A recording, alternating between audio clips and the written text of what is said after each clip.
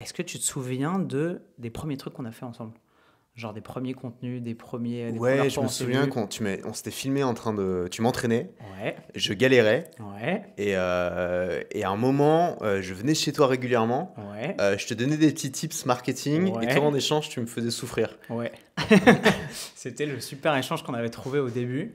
En vrai, ouais, c'est ça. C'est que je te coachais genre en muscu et toi, Ouais. tu me coachais en marketing, SEO, acquisition de clients, etc. Et la blague, c'est que c'est grâce à toi que j'ai lancé ma toute première formation qui s'appelle Manger heureux, d'ailleurs, qui est toujours en vente, je crois. Tu vois, le mec ne sait même pas. Je Tu sais même pas gardes tes si je fais, formations en vente pendant 8 je sais ans. même pas si je fais encore des ventes Putain, et je dessus. te Si respecte, vous quoi. avez acheté cette formation il y a pas longtemps, dites-le moi. Moi, au bout de 2 ans, je les assume plus, mes formations. Et ben moi si, parce que elle est toujours d'actualité dans le Ouais, sens où c'est pas sur un produit, c'est pas une technologie, c'est vraiment simplement pour être, ça se tu vois, périme moins que dans au mathématiques. clair dans sa tête avec sa nutrition et optimiser le plaisir qu'on prend à manger pour prendre soin de sa santé. Si je retrouve le lien de ce truc, je vous le mettrai en description. Bref, c'est pas le but. Le but, c'était d'évoquer un peu cette nostalgie, parce que c'est Antoine qui m'a mis le pied à l'étrier. Et mec, merci pour ça.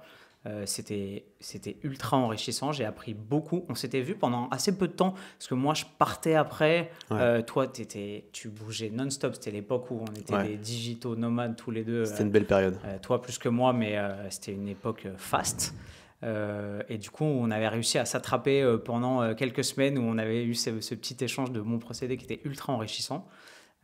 Et moi, ça m'a mis le pied à l'étrier et mentalement et aussi techniquement, tu vois, sur toutes les petites barrières que tu avais levées dans ma tête, toutes les croyances limitantes et tous les trucs que je savais pas faire techniquement pour me mettre le pied à l'étrier et me lancer et sur YouTube, sur certains types de formats et aussi pour tu vois, la création de valeur ajoutée, Hmm, de formation et tout. Et je m'en souviens avec une super nostalgie et c'était très très hmm. chouette. Ça fait un bail. La blague, je ne sais pas si tu as remarqué, mais je regarde ça aussi de temps en temps. On a évolué en termes de communauté de façon assez similaire. Ouais. Je crois qu'on doit avoir quasiment le même nombre d'abonnés sur Insta et YouTube. Hmm, Je crois que je suis à 183, toi aussi sur YouTube, un truc comme ça. C'est très drôle, je trouve, parce qu'on a des thématiques qui sont très différentes. hmm, Et pourtant, on a un fond de, tu vois, de valeurs et de raisonnement, je pense, hmm. et d'envie de ce que la création de contenu peut nous apporter, qui est assez similaire. Ouais. La blague, c'est que, en revanche, on a pris des chemins qui sont très différents et on a peut-être le même nombre d'abonnés sur YouTube, mais on a des business qui sont très différents, qui tournent pas du tout de la même façon. Je crois que tu as annoncé publiquement que tu avais fait 4 millions d'euros de ventes de formation Ouais. récemment, ce qui est complètement incroyable. Bah, c'est sur les Félicitations. années après, hein, mais... Ça s'appelle l'effet cumulé, mais c'est fou. Je crois, en fait, tu sais, je sais pas si tu as ça, mais quand il y a un truc qui me touche fort émotionnellement ou rationnellement, ou que je me remets en question en entendant une info, je me souviens souvent de l'endroit où j'étais. Et je me souviens que c'était, alors dis-moi si je me trompe, mais on va voir si ma mémoire est bonne, pendant le confinement, donc ça doit être mars 2020, où tu avais fait un post, genre juste une story YouTube, Hmm. où tu avais dit, voilà, je viens officiellement de passer le million en vente de formation. Deux conseils si vous voulez faire ça, être prêt à travailler beaucoup et être prêt et heureux à partager, à donner beaucoup d'argent au Hmm. gouvernement et au fisc parce que c'est comme ça que ça marche quand on est en France. C'était ça, c'était 2020, un truc comme ça. Possible, ouais, possible. Ok, et je me souviens de ça, je me disais, waouh, le mec pèse, le mec assume, il a réussi et c'est génial. Et moi j'avais beaucoup d'affection pour le mec que tu étais et le mec que tu devenais progressivement. Et c'était super enrichissant de me dire, ok, ça marche, c'est cool pour lui, ça se développe. Hmm. Fais-nous un petit, parce que là je parle jamais autant sur une intro de Si tu veux, je peux d'interview. te laisser parler de moi C'est pendant une pas heure. Moi, c'est pas ça du me tout va le très but. bien. Mais fais-nous avec ta vision qui est super riche. Un petit bilan de ce qui s'est passé sur ces 8 dernières années, ce qui est ultra dur. Mais prends-le comme tu veux, par l'angle que tu préfères, que tu sens. Ouais. Dis-nous un peu comment tu as évolué en termes d'entrepreneuriat, mais aussi le Antoine que moi je connaissais et que les gens connaissent pas forcément. Ouais. Dis-nous tout ça. Bah écoute, ça va être rapide parce que il n'y a pas tant de choses que ça qui ont changé. J'ai juste développé mon activité. Ok. Et donc moi, mon activité à la base, c'était, ok, je me fais connaître d'une petite audience qui aime les systèmes simples et minimalistes pour faire du business sur Internet. Qu'est-ce que je peux faire pour eux? Vendre des formations, créer des systèmes, les proposer. Et à l'époque, je sais pas, moi, mon obsession, c'était la liberté. Je voulais être tranquille, je voulais être libre, je voulais voyager, je voulais ne dépendre de personne. Et c'est ce que j'ai réussi à faire en faisant mes premières ventes, hein. Ça a quand même mis du temps, hein. Ça a mis 3 ans avant que je commence à gagner ma vie avec, parce que je me suis lancé encore plus jeune que ça. Et quand j'ai commencé à gagner ma vie avec, bah, j'étais super content. Et puis forcément, il y a un moment où tu te poses la question de qu'est-ce que je veux faire? Est-ce que je veux rester comme ça pendant des années? Est-ce que je veux développer le truc? Est-ce que je veux changer de voie? Moi, je savais dès le départ que ce que je faisais, c'était ce que j'aimais. C'était pas un moyen pour faire autre chose après. C'était une fin en soi, en fait. Moi, j'aime créer des formations, j'aime la pédagogie, j'aime enseigner et j'aime créer du contenu. C'est les deux trucs qui me plaisent dans la vie. Donc, je me suis dit, parfait, j'ai trouvé un modèle. Donc, maintenant, qu'est-ce que j'essaie de faire? J'essaie de le développer. Et donc, pendant les 8 années en fait, qui ont suivi, j'ai fait des tests et des erreurs. Des essais, j'ai testé d'envoyer un mail par jour pendant plusieurs années, j'ai testé le podcast quotidien, les vidéos quotidiennes, les vlogs, les vidéos référencement, tout un tas de contenus, plus récemment les mini-tunnels de vente. Et petit à petit, bah, finalement, j'ai réussi à développer mon activité en termes d'efficience. Moi, ce qui m'intéresse, ça va vraiment être ça, c'est-à-dire ne pas rechercher les plus gros résultats possibles forcément, parce que souvent ça implique de faire des choses qui sont contraires à mes valeurs de liberté. Donc j'ai pas envie de prendre des bureaux, j'ai pas envie de prendre plein de salariés, j'ai pas envie d'avoir de l'argent pour de l'argent voilà, pour crâner devant beau papa, quoi. C'est pas ça qui m'intéresse. Moi, ce qui m'intéresse, c'est d'avoir quelque chose qui est voilà, c'est d'avoir comment dire, la voiture de sport, quoi. Léger, rapide, efficace. Et donc j'ai continué à développer le truc. J'ai testé des méthodes et aujourd'hui, bah, j'ai un business qui est pas tellement plus compliqué qu'à l'époque. J'ai quelques personnes qui m'aident à travailler. J'ai un gars qui gère ma boîte, j'ai une monteuse vidéo, j'ai un mec qui m'aide un petit peu pour les pubs. Mais globalement, c'est moi qui fais encore 100% du contenu que je publie. C'est moi qui fais 90% des formations que je vends. J'en lance une par mois. Et aujourd'hui, mon activité, j'ai dépassé 1 million d'euros par an en 2022. Je me suis un peu cassé la gueule en 2023.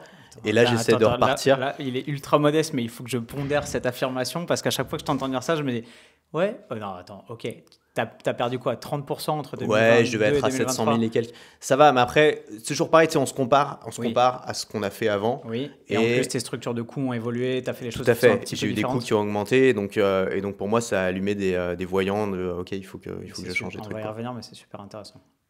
Ok. Ce qui est drôle, c'est que je me faisais la réflexion, c'est exactement ce que tu as dit. C'est-à-dire que tu as une structure qui est finalement pas si différente que ce qu'elle était quand on s'est rencontrés. Et quand on s'est rencontrés, je sais pas, moi, je devais avoir. En fait, j'ai lancé ma chaîne en 2016 et toi, tu as dû la lancer en, je sais pas, 2015, un truc comme ça. Peut-être tu devais avoir Ouais. quelques mois d'avance sur moi dans cette dynamique-là. Donc, quand on a commencé à bosser ensemble et à échanger, on devait avoir, je sais pas, 2, 3, 4, 5, 6 000 abonnés, tu vois. Et à l'époque, ton motto et ta dynamique, c'était vraiment une petite audience qualifiée peut vous permettre d'être libre et de vivre de votre passion sur les réseaux. Et en fait, tu sais, comme on a toujours physiquement, par exemple, l'impression de se voir tel qu'on était quand on était enfant. Tu vois, moi, je me vois toujours comme un petit maigre, même si j'ai pris peut-être 30 kilos de muscles. Si tu étais binoclard et qu'on t'aimait pas à l'époque, tu te vois comme tu étais, etc. Et en fait, quand je repense à ça, je me dis toujours, Antoine, c'est le mec avec la petite audience qualifiée et qui a su super bien l'exploiter. Et en fait, quand je regarde ça, je me dis, attends, plus du tout en fait. Maintenant, le mec, il a plus de 200 et quelques mille abonnés sur toute plateforme confondue. Mon audience n'a pas beaucoup grossi, hein. Les abonnés, ils se cumulent avec le temps, mais tu sais Ouais. bien qu'il y a une différence entre les abonnés et l'audience active, les gens qui Bien regardent tes sûr, vidéos. bien sûr. Aujourd'hui, je fais en moyenne, je sais pas, peut-être 10 000 vues par vidéo, parfois moins, Ouais. parfois plus. Ouais. C'est pas énorme, mais c'est pas beaucoup plus que ce que je faisais avant. Ok. En fait, ce qui a changé, c'est la longévité. C'est comme je suis là depuis longtemps, il y a des gens qui me suivent depuis quasiment 10 ans, hein, c'est Ouais. quand même beaucoup. Ouais. Et je me suis, dans mon domaine, créé une sorte de réputation les gens, généralement, dans mon marché, ils me connaissent, ils voient qui je suis, ils savent que globalement, ils peuvent me faire confiance, que je ne vais pas partir avec la caisse à l'autre bout du monde parce que je suis là depuis longtemps et parce qu'ils savent que je suis là pour durer. Et donc ça m'apporte beaucoup de valeur en termes de crédibilité, en termes de confiance. Mais en termes de volume d'audience, ça n'a jamais trop changé et j'ai jamais percé en fait. C'est ça peut-être la différence avec beaucoup de créateurs de contenu. Il y en a plein qui ont percé par exemple pendant le confinement, qui ont percé sur TikTok. Ouais. Moi, j'ai jamais percé, j'ai jamais explosé en termes de notoriété. Et je pense que c'est pas vraiment ce que je recherche. Disons que je cracherais pas dessus si j'arrivais à percer en faisant les contenus que j'aime faire, tant mieux. Mais j'ai pas envie de commencer à faire des contenus que j'aime pas faire pour percer parce que j'ai pas envie d'être connu pour les mauvaises raisons. Moi, j'ai envie d'être tranquille pour me balader dans la rue tranquillement sans me faire arrêter toutes les 2 secondes. Et aujourd'hui, j'ai un niveau de notoriété que j'appelle pour moi, c'est le niveau parfait de notoriété. Et tu dois avoir un peu ce que je veux dire, mais tu vois, les gens te connaissent dans ton domaine, les gens qui viennent te voir te connaissent, ils connaissent ton nom, ils savent ce que tu fais. Exact. Et c'est la notoriété qui t'apporte des opportunités. Tu vois. Ouais, c'est pas la notoriété où le mec dit, ah, c'est pas le mec de TikTok là qui ouais, comment tu t'appelles, tu sais, ils savent même pas comment tu t'appelles, ils connaissent rien de toi, ils veulent juste une photo. Ça c'est pas ma cam, tu vois. Ce qui est drôle, c'est que tu as réussi en fait à percer sans percer. Enfin, tu vois, genre c'est pas un trait d'esprit, c'est vraiment que tu as réussi à exploiter à fond ta dynamique et à réussir dans ton milieu qui est plus vraiment une niche maintenant, tu vois, genre comment tu définirais le milieu dans lequel tu es? C'est l'entrepreneuriat, c'est même pas le make money, c'est plus large que ça en même temps. C'est énorme maintenant, hein. C'est vrai en fait, il y a un problème aussi qu'on a dans notre activité, c'est que il y a un peu tous les mecs qui ont merdé quelque part se sont retrouvés à la fin à vendre des formations business. Ouais. Les mecs, je sais pas, qui ont piqué de l'argent, les mecs, leur chaîne YouTube, ils ont fait une polémique ou je sais pas quoi, ils se retrouvent tous à vendre des formations business. Et donc, tu as un peu l'impression que c'est la poubelle des créateurs de contenu. Okay. Et moi, c'est quelque chose que j'essaye, c'est une image que j'essaie beaucoup de changer aujourd'hui. J'essaie de travailler avec des créateurs plus mainstream ou des créateurs sérieux pour essayer de leur montrer qu'eux aussi peuvent vendre des formations et que c'est pas réservé aux racailles d'Internet, quoi. Et en fait, le problème, c'est comme il y a aucune. En même temps, c'est un problème, mais en même temps, c'est ce qui m'a permis de faire ça et c'est une super opportunité. Mais comme il n'y a aucune barrière à l'entrée, il n'y a besoin d'aucun diplôme. C'est différent dans la santé, tu vois. Dans la santé ou même dans la muscu, ça aide, tu vois, d'avoir été coach certifié, d'avoir des diplômes, d'avoir des connaissances scientifiques, etc. Business, n'importe quel mec peut débarquer et dire regarde, j'ai fait 10 000 balles sur Internet, que ce soit vrai ou que ce soit faux. Voilà comment je fais, suis mon tuto, etc. Donc, comme il y a zéro barrière à l'entrée et que ça marche pour certains d'entre eux, bah, il y a eu un afflux énorme de gens plus ou moins douteux qui sont arrivés dans le domaine. Et je pense qu'en fait, c'est une bulle. Et comme toutes les bulles, ça va péter à un moment ou à un autre. Mais là, je pense qu'elle n'a pas encore pété et qu'on est un peu au moment où on n'est pas très loin, tu vois. On n'est pas très loin du moment où ça va péter. Ok. Mais paradoxalement, l'avantage que tu as par rapport à tout cela, aussi talentueux qu'ils soient, c'est que toi, tu es là depuis le début. Enfin, tu vois, il y a peut-être des Américains qui faisaient ça un peu avant, etc. Mais toi, tu as été là extrêmement tôt. Pour rappel, tu avais un blog qui parlait quand même de ces thématiques-là et qui se référençait bien avant de 2012. lancer... 2012. Tu vois, donc 2012, j'avais même pas Instagram. Genre 2012, j'étais encore journaliste à l'équipe. Donc j'étais dans une logique de création de contenu, si on veut, mais totalement différente. Tu vois, genre vieux médias, presse écrite, etc. Donc tu as déjà cette vision-là et tu as déjà cette passion depuis toujours. Et comme tu l'as dit, les gens savent qu'ils peuvent te faire confiance. Parce que la blague, c'est que c'est un peu... t'es un peu le Beyoncé de l'entrepreneuriat français. Tu vois, genre moi, systématiquement, quand j'ai des potes qui commencent à basculer de salariat, vie, j'allais dire normale, mais vie telle que le schéma sociétal t'a appris à l'accepter, ok, j'ai envie de vivre un peu de ma passion, de faire des trucs et tout, à commencer à trouver des solutions pour mettre les choses bout à bout, systématiquement, il y a ton nom qui revient, tu vois, tout le temps. Et c'était pas le cas il y a 8 ans, parce que moi, tu étais juste un mec que je suivais, que j'avais rencontré en le découvrant, tu vois, sur YouTube, Instagram et tout, et tu n'avais pas la même notoriété. Et maintenant, même si tu dis que ta communauté n'a pas changé, ce qui est peut-être le cas en termes de, tu vois, de ferveur ou de vraiment de fans centraux hyper actifs, je pense que tu as une renommée quand même et une légitimité qui vient du fait que, effectivement, les gens t'ont vu passer depuis le début, ils savent que tu n'es pas un escroc, ils ont vu la qualité de ton travail, ils ont vu l'énorme valeur ajoutée que tu as proposée depuis des années, littéralement, dans chacun de tes contenus, chacun de tes podcasts, chacune de tes vidéos, et ils se disent, ok, je suis peut-être pas client de ce mec, peut-être que j'ai jamais rien acheté, mais en tout cas, je sais qu'il y a de la valeur et si un jour je passe le pas, tu sais, ils sont plus près du passage à l'action qu'ils l'ont jamais été en fait. Si on peut transformer ça en conseil concret, peut-être pour les créateurs qui nous écoutent, juste le fait d'être là, tu vois, de faire acte de présence, ça a une valeur. Et en fait, si tu publies du contenu tous les jours, même si tu fais pas beaucoup d'audience, même si tu n'es pas très connu, même si tu pètes pas, même si tu n'as pas ton moment à toi, en fait, juste le fait d'être là et d'avoir ta petite audience qui te suit, cette audience, elle se renouvelle et en fait, ça prend de la valeur avec le temps. Et moi, je le vois parce que, en effet, souvent, je rencontre d'autres créateurs de contenu en soirée. Souvent, les gens, ils voient qui je suis. Ils disent « Ah oui, tiens, je t'ai suivi à un moment. » Il y a des gens, évidemment, t'as les fans hardcore qui sont là tout le temps et qui achètent toutes tes formations et je les adore. Mais évidemment, ça peut pas être la plupart des gens. Et beaucoup de gens, ils m'ont dit « Ouais, je te suivais à une époque. Quand je me suis lancé, ça m'a aidé. J'ai suivi quelques formations à toi. Où il y a cette vidéo en particulier que j'ai réécouté plusieurs fois, etc. qui m'a inspiré à ce moment-là. » Et en fait... Et ça, c'est pas anodin, tu vois. En fait, ton audience, elle se renouvelle. Et donc, quand tu es là, quand tu fais 3000 vues par vidéo pendant 10 ans, c'est pas 3000 personnes qui te connaissent. Parce qu'en fait, il y a beaucoup de renouvellement. C'est des dizaines, voire des centaines de milliers de personnes qui ont un moment été formées d'une façon ou d'une autre par toi. Et ça a de la valeur parce que le jour où ils ont à nouveau besoin de toi, ce qui ne sera pas forcément le cas, mais si un jour ils sont à nouveau dans une phase où voilà, ils ont besoin de tes conseils pour progresser dans ce domaine-là, bah peut-être qu'à ce moment-là, ils vont voir passer une de tes pubs, ou ils vont voir passer une de tes vidéos, ou ils vont faire des recherches et ils vont tomber sur tes vidéos parce qu'elles sont bien référencées ou sur ton blog. Et là, ils vont se dire, ah bah tiens, visage familier, je connais cette personne. Et c'est toujours plus facile d'aller vers un visage familier que d'aller vers une personne que tu connais pas. Donc ça a une valeur de juste show up, de juste être là, même si souvent les gens ils veulent les raccourcis, ils se disent ouais non mais je veux le truc, moi ça m'intéresse pas de faire 3000 vues, moi je veux le truc qui va péter, qui va faire 3 millions, etc. C'est intéressant de faire 3000 vues si tu arrives à les faire de manière systématique sur le long terme.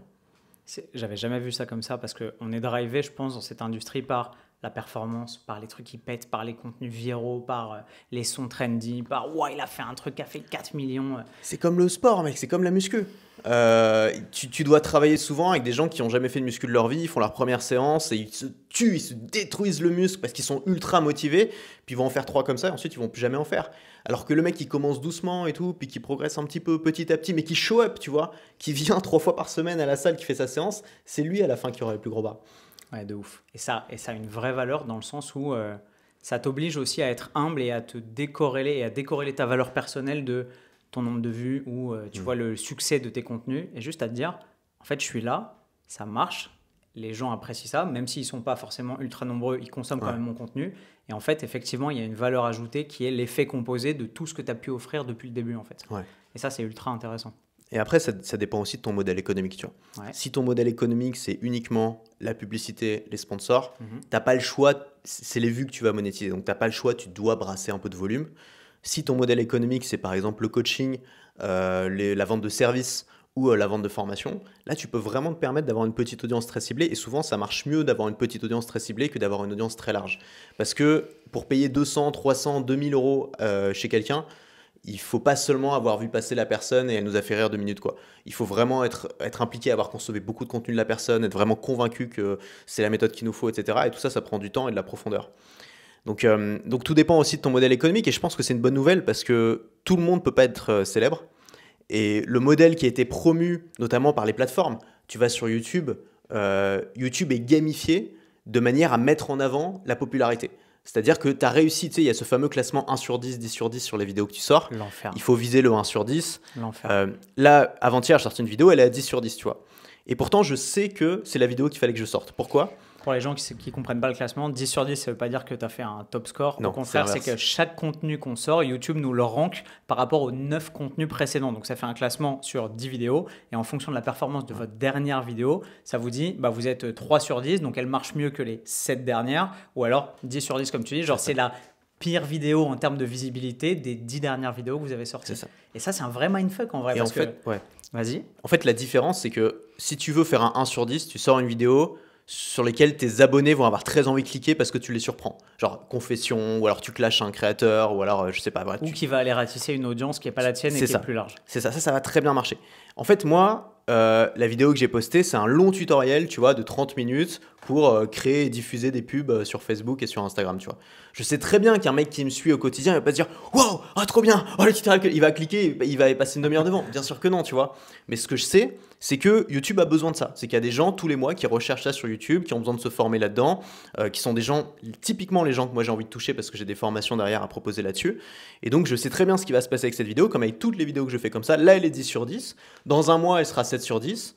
Et dans 3 mois, elle sera 1 sur 10 parce qu'elle sera très très bien référencée sur le mot-clé, tu vois. Et donc, tu vois, il y a ça à prendre en compte aussi. C'est est-ce que tes intérêts sont vraiment alignés avec les intérêts des plateformes ?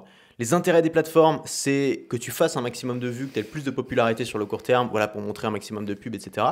Ton intérêt à toi, si ton modèle économique, c'est pas de faire des vues, donc si tu as des produits ou des services à vendre, c'est pas forcément d'avoir le maximum de gens qui te connaissent, mais c'est d'avoir les bonnes personnes qui te connaissent. Et donc, il faut réussir parfois à sortir de ce jeu des statistiques YouTube ou TikTok ou Insta et se dire, j'ai mon propre jeu avec mes propres statistiques qui comptent. Et ces statistiques, moi dans mon cas, ça va être mes chiffres de vente, tu vois. Est-ce qu'en ce moment je vends bien ? Si je vends bien, ça veut dire que je suis pertinent. Si je vends pas bien, ça veut dire que je suis à côté de la plaque, peu importe le nombre de vues que je fais. Évidemment, il peut y avoir une corrélation entre les deux, mais c'est pas toujours ce qu'on imagine. Super intéressant. Je te l'ai jamais dit parce que c'est un truc que j'ai même jamais dit publiquement, je pense, mais je sais pas, j'ai un doute. Bref, on s'en fout. Mais juste après qu'on ait eu cette période, on avait échangé en 2016. Tout début 2017, quand je suis parti en Asie avec mon meilleur pote, on m'a appelé pour me proposer de faire koh. Et je me suis dit, waouh, tu vois, fort des leçons que tu m'avais partagées et de cette réflexion qui est profonde, tu vois, sur est-ce que tu essayes d'être célèbre, connu par le plus grand nombre, ou est-ce que tu essayes d'avoir une petite audience qui est qualifiée, qui va croire en ta probité, qui va avoir confiance en toi, qui va savoir d'où tu viens, etc. Et là, j'étais à la croisée des chemins, tu vois, j'étais là en mode, je sais faire ça, parce qu'il y avait déjà une petite communauté de gens qui aimaient ce que je faisais, que je nourrissais tous les jours, à qui je donnais de la valeur ajoutée, etc. Et de l'autre côté, j'avais, mec, tu viens sur un plateau, on te paye un aller-retour au soleil, tu vas être avec des meufs en bikini, tu vas perdre 20 kilos certes, mais c'est pour la gloire, tu vas kiffer, et tu sors, et si tu te démerdes pas trop mal, 300-400 000 abonnés, et c'est bon, tu vois. Enfin, ça va pas être game over, mais tu as un énorme levier de communication. Et j'arrêtais pas de me dire, est-ce que je peux pas utiliser ça pour faire ce que je fais déjà en mieux, en mode avoir une grosse audience et puis la qualifier au fur et à mesure et qu'ils voient que je suis le même mec, tu vois. Et en fait, j'ai réfléchi pendant des semaines, jusqu'à ce que je doive donner une réponse définitive. J'ai eu peur sur le coup d'accepter en me disant, mais ça va complètement dévoyer mon message ou peut-être que je vais pas contrôler mon image là-bas, comme ça a été le cas, parce que c'est le moment où j'ai fait Ninja Warrior. Et tu vois, en fait, l'expérience Ninja Warrior m'a dit, ça m'a montré que finalement c'était quitte ou double, parce que moi Ninja Warrior par exemple, j'avais adoré l'expérience, sportivement c'était incroyable, tu vois, c'est le rêve de n'importe quel mec qui a fait du parcours, de l'escalade, du truc de dire, tu vois là il y a un point A, un point B, c'est ultra dur d'y arriver, il y a des crocodiles et le sol c'est de la lave, on va voir si tu arrives de l'autre côté, c'était génial. Mais après le turnover sur le levier de communication, l'exposition que j'ai eue, il était zéro, tu vois, genre j'ai gagné je sais pas, 500 abonnés, mais ils ont passé mon passage genre 15 secondes. Limite, les commentateurs, ils sont foutus de moi à la télé en mode « Ah, regardez, il est tombé à l'eau, c'est exactement ce qu'il fallait pas faire. » Alors qu'ils n'avaient pas montré tout le truc où j'avais passé les qualifs, les demi-finales et tout. Et je me suis dit, wow, en fait, tu peux faire du mieux que tu veux et du mieux que tu peux avec tes valeurs, avec la personne que tu es et tout. Et en fait, la télé va tellement modifier ça avec le montage, avec les aléas du direct et tout, que ton intention, tu vois, la personne que tu es, ce que tu as envie de montrer, ressortira jamais. Et je me suis dit, en fait, c'est une pomme qui a l'air bien brillante et bien sympa au jardin d'Éden. Tu te dis, ouh, il y en a pour qui ça marche. Tu vois, tu fais ça, tu sais pas pourquoi. Et du jour au lendemain, tu as 1 million d'abonnés et là, tu n'as plus à te casser la tête. Tu as un truc qui va tourner tout seul et tout. Et en même temps, ça peut être l'inverse. Et je peux non seulement ne pas atteindre cette notoriété incroyable, mais en plus peut-être me discréditer sur ce que j'ai déjà construit et ce qui me tient vraiment à cœur, qui sont les gens qui me suivent, les gens que j'ai aidés, mes anciens clients, etc. Tu vois. Et du coup, j'ai refusé de le faire. Et je repense souvent à cette décision parce que c'était vraiment la décision le mainstream et le succès potentiel là-dedans, ou alors continuer la voie que tu as tracée en faisant les choses comme tu le fais et en maîtrisant ton image et tu vois, en étant la personne que tu es, quoi. Ouais, je pense que tu as fait le bon choix. Mais tu sais, en fait, aujourd'hui, la célébrité, c'est plus une ressource rare. Ça n'a jamais été aussi facile d'être célèbre. Il y a des machines à produire des célébrités. Donc, tu vois, tu parlais de la télé-réalité, mais bon, les réseaux sociaux aussi. C'est des machines à produire de la célébrité. Et en fait, tout le monde, tu sais, je ne sais plus qui c'est qui disait ça, mais tout le monde, dans le futur, tout le monde aura son quart d'heure de célébrité. Je crois que c'est Andy Warhol. Et en fait, c'est ça, c'est qu'aujourd'hui, tout le monde peut avoir son quart d'heure de célébrité. Genre, Tati Monique, il y a son petit-fils qui s'amuse à faire des vidéos rigolotes avec elle dans la cuisine, il va les poster en ligne. Tati Monique va avoir son quart d'heure de célébrité, elle va faire 10 millions de vues sur TikTok, les gens vont la reconnaître dans la rue. Mais en fait, qu'est-ce qui va se passer dans 5 ans ou dans 10 ans, tu vois? Et moi, ce qui m'intéresse, c'est ça, c'est que je me dis, je suis jeune, j'ai trouvé ce que j'aime dans la vie, j'ai pas envie que ce soit une parenthèse enchantée de me dire ah trop cool, je me fais mousser pendant 1 an et puis ensuite il faut que je trouve un vrai boulot, quoi. J'ai envie que ce soit solide. Et donc je pense que pour beaucoup de créateurs, la vraie question aujourd'hui qui se pose, c'est plus comment je fais pour percer et comment je fais pour être connu, mais plus qu'est-ce que j'ai envie de construire sur le long terme, quelle image j'ai envie de renvoyer, quelle est ma marque, quelle est l'offre que je propose. Et je pense que ça va être une question qui va être de plus en plus importante maintenant où justement cette bulle elle est énorme, où il y a énormément de nouveaux créateurs qui viennent du format short, de TikTok, etc., qui savent pas trop pourquoi ils sont connus, qui savent pas trop ce qu'ils doivent faire, qui ne connaissent pas vraiment leur audience et qui jusque-là vivotent de placements de produits sponsorisés et qui sont en train de se dire mais en fait ça va peut-être pas durer éternellement. Et puis je vois un autre là qui débarque là qui est beaucoup plus populaire que moi et qui moi je suis en train de baisser. Qu'est-ce que j'ai envie de faire maintenant? Et moi j'ai vraiment envie de leur dire à ces gens-là, l'alternative c'est pas de tout arrêter et d'aller trouver un boulot normal entre guillemets. Il peut y avoir une alternative qui consiste à se dire ok, j'ai développé des compétences en faisant ça. J'aimerais bien creuser ces compétences-là et j'aimerais bien devenir quelqu'un qui apporte de la valeur sur Internet et pas juste qui est connu, mais que les gens ont envie de suivre pour des raisons bien identifiées, quoi. Et donc ça nécessite vraiment de se poser à une table et de se dire, ok, c'est quoi ma marque, qu'est-ce que je représente, quel est mon talent, qu'est-ce que je mets en avant, c'est quoi mon avantage compétitif par rapport aux autres. Et c'est un exercice qu'on peut faire régulièrement. Tu vois, moi je l'ai refait là en fin d'année dernière, parce que l'année dernière ça a été un peu une année trouble pour moi où je me suis posé beaucoup de questions. Et je me suis dit, en fait, j'ai envie d'être qui? Un énième formateur business qui propose des formations average, ou j'ai envie d'être un gars qui est connu pour quelque chose en particulier. Et je me suis dit, en fait, moi, ma force, ça a toujours été une chose, ça a été de simplifier des choses qui peuvent paraître inaccessibles ou compliquées pour beaucoup de gens. Tu te souviens à l'époque où tu avais du mal à lancer ta formation, et moi, je te disais, mec, vas-y, fais-le là, tu peux le faire ce week-end et tout. Et je me suis dit, ok, maintenant, j'ai vraiment envie d'être connu pour ça. C'est le mec qui prend des choses qui paraissent très inaccessibles, diffuser de la publicité, faire des tunnels de vente, créer des vidéos YouTube, c'est très inaccessible encore pour beaucoup de gens. Et inventer ou trouver ou innover pour développer des façons plus simples et plus accessibles de le faire, pour que tout le monde puisse le faire en fait. Et voilà, je me suis dit, ok, c'est ce que je fais maintenant, c'est ça, je vais être connu pour ça, c'est ce que je fais, je me concentre là-dessus, et depuis que je fais ça, j'ai des bien meilleurs résultats en fait.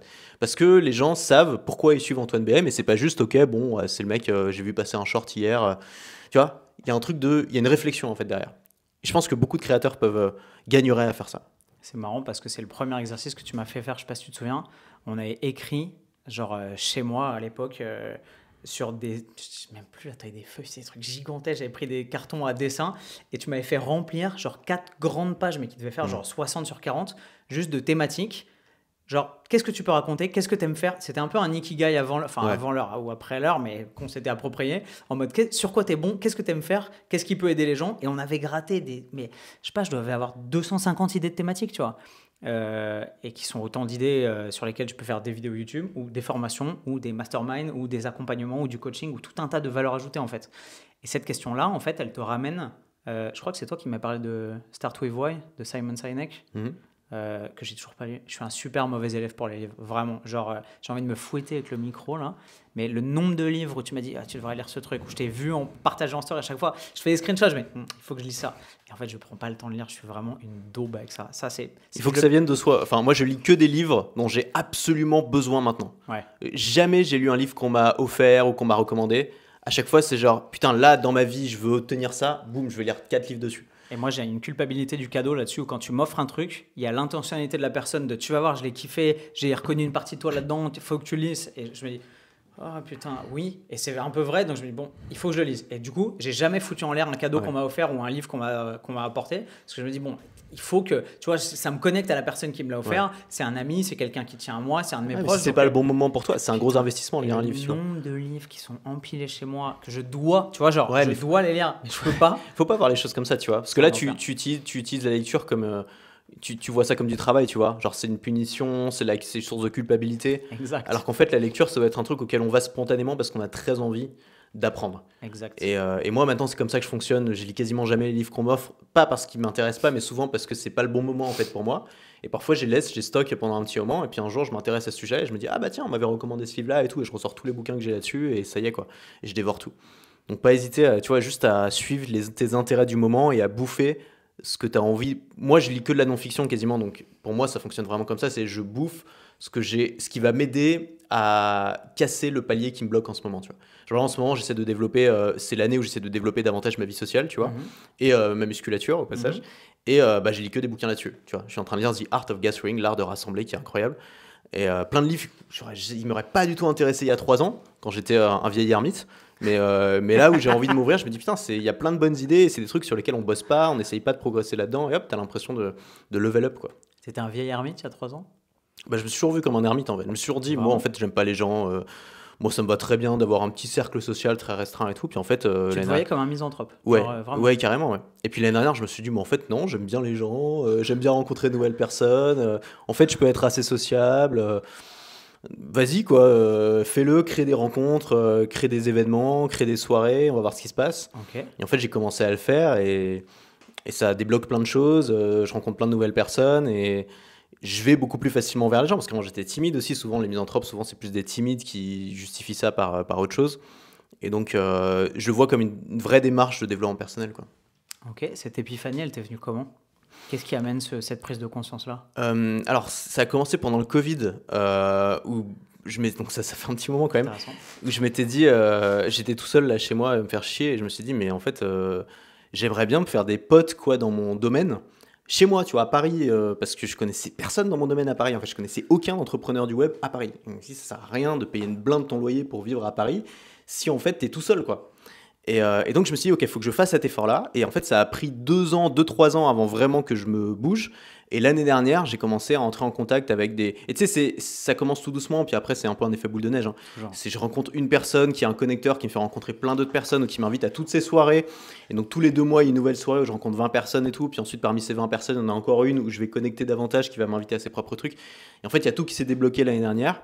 Et la différence, c'est que l'année dernière, j'étais très passif. Donc, je me laissais inviter, je profitais avec plaisir des événements créés par les autres. Et cette année, j'ai envie d'être actif, c'est-à-dire j'ai envie de devenir moi-même un connecteur, de créer mes propres événements, de permettre aux gens de se rencontrer et d'être moins dans l'attente et d'être plus dans le fait de provoquer la chance, quoi. Il y a une certaine forme de maturité, on va là-dedans. Bah, de toute façon, je sais pas si c'est de la maturité, mais c'est un désir de progrès perpétuel qui peut pas s'assouvir seulement dans une seule chose.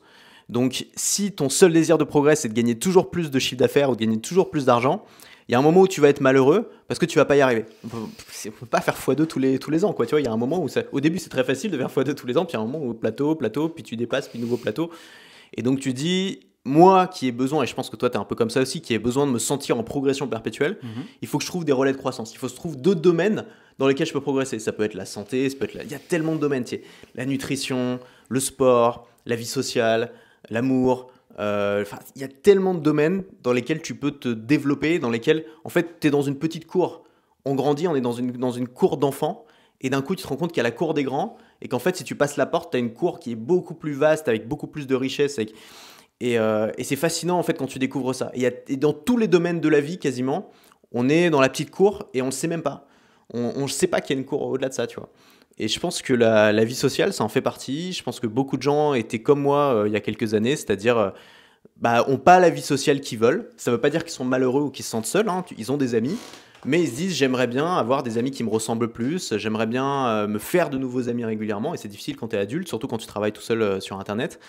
Et en fait, c'est comme tout, ça se débloque. Ça se débloque et tout le monde est content. Enfin, ce qui est fou, c'est que quand tu organises des trucs, les gens ils sont trop contents, quoi. Les gens sont contents de rencontrer d'autres gens et ils attendent juste que quelqu'un s'en occupe. Donc en fait, si tu attends que les autres s'en occupent, tout le monde attend que les autres s'en occupent, tu vois. Donc à un moment, il faut prendre les rênes en main et dire ok, c'est moi qui vais gérer ça, quoi. C'est un peu la théorie du passager clandestin, tu sais, en sociologie, où en mode tout le monde peut profiter à somme non nulle, mais par contre, si personne ne prend un moment les rênes du truc, en fait, ça avance pas du tout, quoi. Et moi, j'ai jamais été non plus comme ça, parce que tu vois, j'aime vivre de façon ultra spontanée et que me dire, allez, j'organise un truc, c'est chez moi, machin et tout. J'ai jamais été je me suis jamais vu ou perçu comme cette personne qui rassemble, qui organise et tout, sauf depuis que je suis en couple. Et j'avoue que depuis que je suis avec ma nana, elle est très organisée, elle est très méticuleuse, elle est très dans la planification parce qu'elle se sent bien quand elle sait où elle va et comment est-ce que les choses tournent. Et tu vois, genre, moi, je me sens coupable d'avoir des amitiés auxquelles je tiens et de ne pas les entretenir. Tu vois, genre, c'est pour ça que ça me fait plaisir qu'on se voit aujourd'hui et qu'on refasse du contenu 8 ans après, tu vois, parce que je me dis, j'ai la chance d'avoir rencontré des gens incroyables sur mon parcours. Mais en fait, qu'est-ce que je fais pour entretenir la qualité de ces relations, enrichir ma vie au contact de ces amis-là, etc. Pas assez. Tu vois, et le fait effectivement d'avoir fait un peu cavalier seul et d'avoir été beaucoup à l'étranger, d'avoir beaucoup voyagé, tu profites, tu vois des trucs incroyables, etc. Mais qu'est-ce que tu délaisses, tu vois? Qu'est-ce que tu construis pas? Qu'est-ce que tu n'entretiens pas? Et en fait, j'ai des super amitiés avec des gens qui ont fini par s'étioler ou mourir tout simplement parce que t'as la vie, tu sais, puis t'as les gens qui sont en face aussi, t'as des gens qui sont très dans l'entretien des relations et d'autres beaucoup moins. Moi, j'ai des potes, j'adore les voir, mais je sais que si je fais pas ce trait d'union-là, que je les appelle pas, que je leur dis pas, tiens, je suis à tel endroit, est-ce que t'es là, est-ce que tu veux qu'on déjeune et tout machin, c'est des geeks, ils restent chez eux, ils sortent du taf, ils vont se mater des tutos sur YouTube ou jouer aux jeux vidéo, etc. Et je les verrai plus, tu vois. Donc il faut aussi tendre la main et aller vers les gens, mais effectivement, ça demande, je pense, cette espèce de maturité de se dire, si je veux que ça se fasse, il faut que je le fasse, en fait. Ouais. Parfois, ça demande presque même de changer d'identité, tu vois. Quand tu t'es toujours vu comme un outsider et te dire, maintenant, je vais prendre un peu une position de leadership par rapport à mon entourage, c'est très difficile, tu vois. Moi, je me voyais pas du tout dans cette position-là. Je me suis dit, mais je suis qui, en fait, pour demander aux gens de venir, de se déplacer, pour mettre des trucs dans le calendrier des autres. Moi, j'aime tellement pas déranger, tu vois. Et donc, parfois, mais c'est comme ça que je vois. Je me dis, c'est inconfortable et c'est pour ça qu'il faut le faire, tu vois. C'est sors de ta zone de confort, tente des nouvelles choses et en fait augmente ton identité. L'identité, c'est quelque chose qui nous enferme beaucoup aussi, tu vois. Alors, c'est important d'en avoir une parce que si tu n'as aucune identité, tu es perdu. C'est important de savoir un peu sur quoi on croit, ce qu'on veut, etc. Mais ça peut nous enfermer aussi. Et en fait, quand on est insatisfait de son identité, c'est là qu'il faut se poser la question de est-ce que c'est vraiment mon identité ou est-ce que c'est pas une construction sociale que j'ai renforcée avec les années. Et si c'est ça, bon bonne nouvelle, tu peux la péter en fait. Est-ce que c'est pas l'image de moi que les autres me renvoient ou que je me renvoie à moi-même et que j'ai accepté petit tu la à petit renforces comme allant de après. soi? Plus tu l'acceptes, plus tu la renforces en te comportant de la manière dont tu as été habitué à être traité quand tu étais plus petit. Ouais, je suis parfois. d'accord. Les voyages, c'est un truc qui était au centre de ta thématique et de ta source de bonheur et de la structure de ta vie. C'est un truc que tu as un peu mis de côté? Ouais. Alors j'adore toujours voyager et je pense que je voyagerai toute ma vie. Mais avant c'était quelque chose de vital, maintenant ça l'est plus du tout.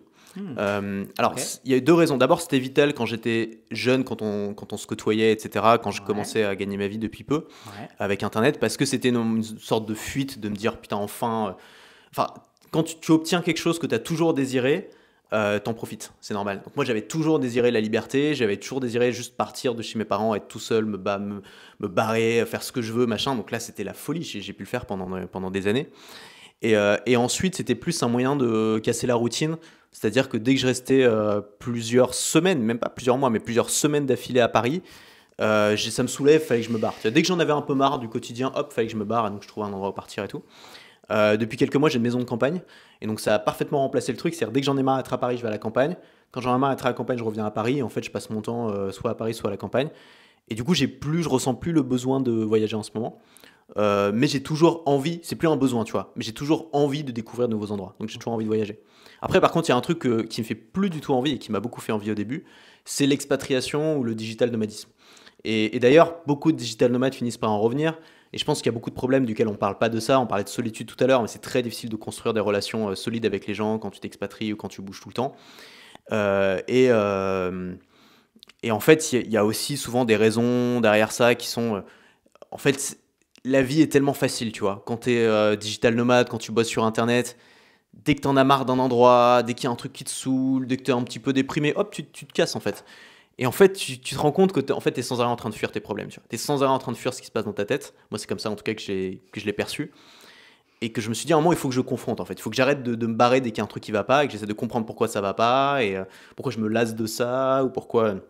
Là, j'ai passé un hiver à Paris, il a plu tout l'hiver, c'était la déprime. Génial. Et pour info, ma maison de campagne, elle est en Normandie, tu vois. Donc, c'est pas Le mec est une condamné. solution. C'est condamné, c'est beaucoup de pluie ou encore plus de pluie, tu vois. C'est les alternatives. Et donc, je me suis dit, mais en fait, d'habitude, à chaque fois, je me barre au soleil, à chaque fois que c'est comme ça. Et je me dis, non, mais en fait, non, on va accepter de se prendre la pluie sur la gueule tous les jours. Et en fait, quand le printemps va venir, ça va être génial, quoi. Et ce qui est génial, c'est d'avoir du contraste entre les deux et pas de prendre, tu vois, de résoudre chaque problème que tu as avec un patch instantané, quoi. C'est comme tu t'ennuies, tu vas sur TikTok, tu scrolles, ok, ça fait du bien sur le moment, tu vois, mais est-ce que ça va te faire du bien sur le long terme? Donc maintenant, j'essaie un peu de voir les choses comme ça. C'est pas une histoire de sacrifice, c'est une histoire de me dire, ok, il pleut, mais c'est quand même bien. Je peux quand même faire des trucs, je peux quand même passer une bonne journée. Et le printemps, ça va être super. C'est vraiment de l'hédonisme, hein, mais de l'hédonisme avec un petit peu d'anticipation. De ne pas vouloir résoudre le problème tout de suite, mais de te dire, le futur va être encore plus agréable parce que j'accepte d'être dans une situation qui n'est pas merveilleuse sur le moment. Et on sort de la carte postale, tu sais, c'est comme la van life. Moi, j'ai fait la van life pendant genre 6 mois. Je me souviens. Bon, c'était de la merde, j'ai revendu mon Le van van, et c'était je l'enfer, et préfère t'es tout le temps dormir au à garage. l'hôtel. T'es sans arrêt. Alors, soit ton van est au garage, il y a plein de problèmes, soit t'es sans arrêt à faire le plein d'eau, à faire le plein d'essence, t'es sans arrêt sur les aires d'autoroute, dans des endroits glauques, pas sympa du tout. Enfin, t'es super loin de l'image Instagram. Et c'est vraiment ça. Les gens, ce qu'ils veulent, c'est un van pour que la vie soit magnifique, parfaite, les petits papillons, l'image Instagram, avec le van derrière ouvert et le magnifique coucher de soleil. Mais en fait, tu vis ça un jour sur 20 quoi, quand t'es en van life. C'est pas du tout comme ça le quotidien. Et le reste du temps, Et ensuite, t'as la réalité. t'es avec C'est ton ça. mec ou ta nana C'est ça, qui t'as plie la les réalité. pieds, t'es 9 heures par jour dans le même habitacle. C'est ça. Et je pense que aujourd'hui, on veut une vie Instagram, on veut que ce soit beau, que ce soit bien tout le temps, on veut pouvoir dire qu'on est heureux à tout le monde. Mais non, il y a des jours où t'es pas heureux, même si tu gagnes beaucoup d'argent ou même si t'as un métier qui te plaît. Il y a des jours où t'es malheureux, il y a des jours où t'es pas bien, il y a des jours où t'es déprimé, il y a des jours où t'es insatisfait. Ça fait partie du jeu de la vie, quoi. Et si tu essayes tout prix de cacher ce truc-là, c'est des voyants en fait, si tu essayes à tout prix de mettre des pansements sur les voyants, tu vas pas résoudre le problème, quoi. Donc voilà, je sais pas si c'est de la maturité ou pas, mais en tout cas aujourd'hui j'ai plus de paix avec j'ai moins envie de fuir en fait ma vie. Et je me dis ok en fait je peux avoir plein de choses là où je suis, je peux améliorer mes conditions sans avoir besoin de tout changer à chaque fois. On va essayer de travailler là-dessus plutôt que de fuir à chaque fois que j'en ai l'occasion quoi. C'est ultra intéressant parce que j'ai l'impression, en entendant les mots que tu utilises, d'être passé par le même cheminement. Moi, il a été un peu imposé parce que tu vois, je me suis pété la jambe en octobre. Et du coup, c'est pile le moment où normalement, je me disais, oulala, 11 octobre, 12, 15, allez, 16 octobre, ciao, un billet pour je sais pas où, vers Ouais. l'Est, la Thaïlande, Bali, n'importe où, le Vietnam, et on se casse quoi. Et on reviendra quand il fera beau et que les températures seront Ouais. à nouveau à 2 chiffres, tu vois. Et de fait, j'ai été obligé de rester en France. Ça va faire 9 mois là que j'ai pas pris un avion pour quitter le territoire pour aller vraiment loin, tu vois, et encore moins pour mes loisirs. C'est la première fois depuis 2016, je pense. Et ça fait très bizarre. Et effectivement, je ressens ce truc de pas manger la grenouille et avant de pouvoir profiter du truc, tu vois, mais me dire effectivement, il y a une vie ici, c'est une partie de toi. Ça sert à rien d'aller essayer de se réinventer ailleurs si c'est pour fuir un truc que tu fuis ici. Ouais. Et j'ai pas le sentiment de fuir un truc ou de l'avoir fui pendant des années. Je pense que c'est la curiosité qui m'a beaucoup attiré. Parce que moi, je suis un mec qui adore découvrir des nouvelles cultures Ouais. et des nouvelles Mais il faut le langues. vivre, Et, il tu faut le vois. vivre. C'est génial de faire ça, enfin, Mais c'est un de peu une passer boucle, un hiver effectivement, en tu vois. Asie et tout, c'est incroyable. Il faut le vivre quand tu peux, quand tu commences à pouvoir le faire et que tu n'as jamais pu le faire. Tu as besoin de te lâcher, tu gagnes au loto, tu as besoin de tout claquer pendant quelques mois, Ouais. de te faire plaisir, quoi. Mais le danger, c'est de pas en revenir, tu vois. C'est de pas en revenir et de penser, de faire une fuite en avant, de toujours plus, toujours plus, toujours plus, parce que je peux pas être en paix avec moi-même, tu vois. Pour moi, c'est ça. Mais en fait, beaucoup de gens en reviennent et ils sont contents d'avoir vécu ces années. Mais les digital nomades vraiment full plein temps, c'est rare, c'est rare. Il y en a, je pense, qui sont épanouis et pour qui ça fonctionne, hein. T'en connais? Euh, Qui sont toujours J'en connais un, vraiment à l'étranger? j'en connais un qui a la quarantaine maintenant, qui est digital nomade depuis des années et des années, qui Ok. continue à vivre comme ça, qui a pas l'air du tout malheureux. Donc je dis pas que c'est forcément, tu vois, il faut pas. Hmm. Mais voilà, je pense que c'est pas pour la plupart des gens, quoi. Ouais. Maintenant, tu as l'impression d'avoir trouvé un peu plus de sérénité. Je pense qu'en vieillissant aussi, tu vois, on s'attache. C'est ultra cliché ce que je vais dire, mais tu vois, genre, maintenant, pour être productif, pour pouvoir être professionnel, à assurer des rendez-vous, quand je dois faire des calls ou que j'ai des trucs importants avec des clients, avec des marques, avec des partenaires, etc., ça me fait chier d'être un peu en mode à la bricole sur un coin de table dans un hôtel Mhm. que j'ai pas payé cher parce que je suis un peu en mode vadrouille, tu vois. À Ouais. l'époque, c'est un truc que j'assumais pleinement parce que je me disais, c'est le ticket d'entrée pour ma nouvelle vie et pouvoir être pleinement indépendant. Et peut-être que maintenant, en vieillissant, en mûrissant, tu te dis, bon, ça va, tu vois, c'est cool, mais les conneries, ça va bien 2 minutes. Ou je suis à l'étranger et je me paye un hôtel qui est décent. Tu vois, je réfléchis à ça parce que je suis venu il y a 3, 4 semaines, je crois, et j'ai laissé ma nana prendre l'hôtel. Elle a fait un truc sur Booking qui avait l'air très bien, elle n'a pas regardé les avis. Et on s'est retrouvé dans un taudis, genre un truc à Montparnasse, mais horrible. C'était même pas à l'étranger, je sais pas Ouais. où, à Ubud, non, juste là, tu vois. Et je me dis, wow, plus jamais, tu vois, plus jamais un truc où je suis prisonnier de ma propre indépendance parce que juste j'ai pas fait gaffe et que je me retrouve dans un truc qui est horrible où je peux ni bosser, ni dormir, ni être safe avec mes affaires, mon matos photo, impossible, tu vois. Et j'ai l'impression qu'en avançant, tu vois, ou tu deviens plus exigeant parce que tu peux te le permettre aussi, tu vois, quand tu as réussi, tu as un peu plus les moyens, donc tu peux te payer des hôtels un peu plus sympas, etc. Ou est-ce que c'est parce que juste en vieillissant, tu t'attaches un peu plus d'importance au confort Mhm. et à des choses qui marchent et à un peu de sérénité, de tranquillité. Je sais pas trop, tu vois. Mais j'ai l'impression que cette vie où, tu vois, j'avais ma vie dans ce sac à dos, qui est le tien d'ailleurs. C'est le Putain, Minal que tu m'as encore vendu, mec. C'est encore C'est le c'est même. le sac que tu Mec, m'as j'en ai eu vendu en 14, moi, 2017. entre-temps. Et ben moi j'ai le même, tu vois. J'ai toujours, je Putain, c'est beau, ça. collectionne les sacs à dos. Tu lui as fait Et honneur, tu hein. vois, j'ai le même. Il fait exactement le même taf qu'il y a 8 ans, Ouais. c'est-à-dire Il un taf était parfait. bon. Il C'était est un très bon merveilleux. sac. Ouais. Et j'ai traîné ma vie dans ce sac à dos. C'est un peu une métonymie ou une synecdoque, je sais jamais dans quel sens ça marche, de ma vie. Tu vois, genre, Ouais. j'ai tout foutu là-dedans, j'ai trimballé toute ma vie dans le monde entier avec ça. Et maintenant, je l'ai encore alors que je suis revenu ici Ouais. et que, tu vois, je fais la même chose mais différemment. Mais je trouve qu'il y a quelque chose de très satisfaisant à pouvoir faire tenir tout ce dont tu as besoin dans un sac à dos. De ouf. Et en fait, même si tu voyages pas à plein temps, ça t'enseigne quand même des choses qui sont que t'as pas besoin d'autant d'affaires, que le minimalisme, ça libère l'esprit aussi, et ça rend plus zen, ça te donne le sentiment d'être capable de te débrouiller. Tu vois, moi j'aime bien me dire que je peux faire tourner mon business à peu près de n'importe où et que je peux exporter mon mode de vie. C'était quelque chose qui était très important pour moi au début quand je voyageais, c'était la capacité à exporter mon mode de vie, à avoir un programme de sport par exemple qui puisse être fait n'importe où, pas besoin d'une salle avec des poids, etc. À avoir une alimentation qui puisse être tenue à peu près n'importe où aussi, tu vois.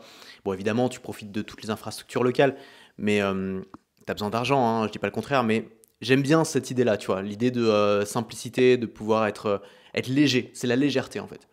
La légèreté, avoir un business léger, avoir des besoins légers en termes de confort de vie. Voilà. Moi, je dis ça, j'ai acheté une baraque de 300 mètres carrés en Normandie avec un terrain de 4 hectares. C'est pas léger du tout, mais en tout cas, l'idée de légèreté me séduit. Je dis pas que je suis un bon pratiquant. Prince Paradoxe. Et elle te séduit, et dis-moi si je me trompe, mais moi je vois les choses avec ce même biais cognitif où je ne peux pas m'empêcher de raisonner comme ça. C'est-à-dire que même si je fais des choix qui vont parfois à l'encontre, tu vois, genre là je suis en train de construire une salle de muscu chez moi. Je suis en train de me faire un home gym, un truc qui m'a toujours fait kiffer, et je réalise ce rêve à bientôt 35 ans. Ouais. Et je me dis, mais ça va totalement à l'encontre de si j'ai envie de plaquer ma vie sur un coup de tête, je rends mon préavis et je me casse à l'autre bout du monde, etc. Qu'est-ce qui m'arrive, tu vois, genre.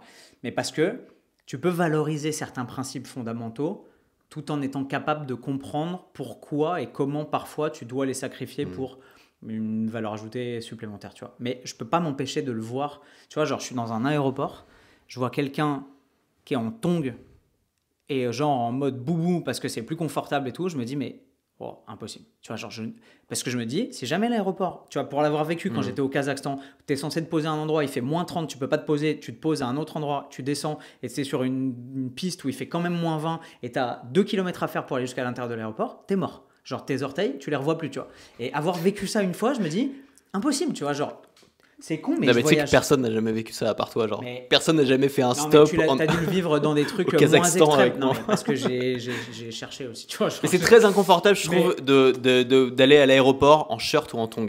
Je trouve moi, j'emmène toujours un pantalon même quand je vais dans un pays chaud, Tu même vois si je le porte jamais Tu dans vois le pays, parce qu'il y a le moment où je vais être dans l'aéroport et je vais avoir l'impression, tu vois, il y a un truc. Ouais. Tu vois, c'est un aéroport, quoi. Ouais. Les gens sont habillés, machin. Et je sais pas, je me dis, tu vois, il faut que tu sois. Tu sais, c'est la même chose avec mon physique, tu vois. Ouais. Genre, même si, tu vois, je suis passionné de muscu, de bodybuilding et tout, et qu'il m'est arrivé d'admirer des physiques de mecs qui font 100 kilos, machin et tout, je me suis toujours dit, est-ce qu'il n'y a pas des circonstances dans lesquelles ça va te faire chier, tu vois, où tu vas pas pouvoir courir pour sauver ta vie, où tu vas pas passer dans certains trucs et tout. Tu sais, des espèces de craintes qui formatent une vision de ta vie. Où Bah, regarde, t'es au Kazakhstan, tu dois fuir de l'aéroport. Il y a 2 planches là qui sont ouvertes, tu passes pas avec Tu tes passes grosses pas, épaules. mec, tu mec. passes pas. Vraiment un truc classique, quoi. Non, mais c'est bête, mais tu vois, ça formate la valeur que je mets.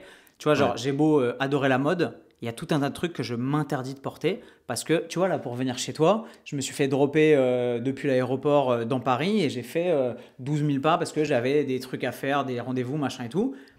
Et je marche, tu vois. Et je me dis, il y a tout un tas de trucs que j'aime porter que je ne peux pas porter pour vivre cette vie-là. Parce que juste les chaussures, tu vas faire 3000 pas, t'as mal aux pieds, c'est pas Ouais. possible, tu vois. Là, il pleut, tu vois. Je vais ressortir, je vais à un autre rendez-vous. Et ben, tu fais comment quand t'as ton petit costume sur mesure et tout machin. C'est cool, mais c'est pas fonctionnel. Alors, je suis pas le genre de mec à marcher en vivo barefoot avec les doigts de pied parce que c'est fonctionnel et que c'est mieux. Mais dans un coin de ma tête, que ce soit pour l'habillement, que ce soit pour ton mode de vie, ta nutrition, tes choix en termes de où est-ce que tu vas habiter, comment tu vas évoluer, comment tu vas te déplacer et tout, il y a toujours cette réflexion, mais que je subis parfois, tu vois, opérationnel, stratégique, efficient, fonctionnel. Et c'est là-dessus que je te rejoins sur, tu vois, avoir un petit business, avoir une petite équipe, être capable de dématérialiser le truc, de partir si tu en as besoin, de, je sais pas, si c'est une espèce d'angoisse ou une crainte, tu vois, si c'est le fait d'avoir eu un père militaire et d'avoir déménagé tous les 2 ans depuis que je suis môme et de devoir sans arrêt remettre ta vie dans des cartons et réinventer ta vie ailleurs, tu vois, qui a laissé Après, ses c'est du traces là, bon, je c'est sais du pas. bon sens, tu vois.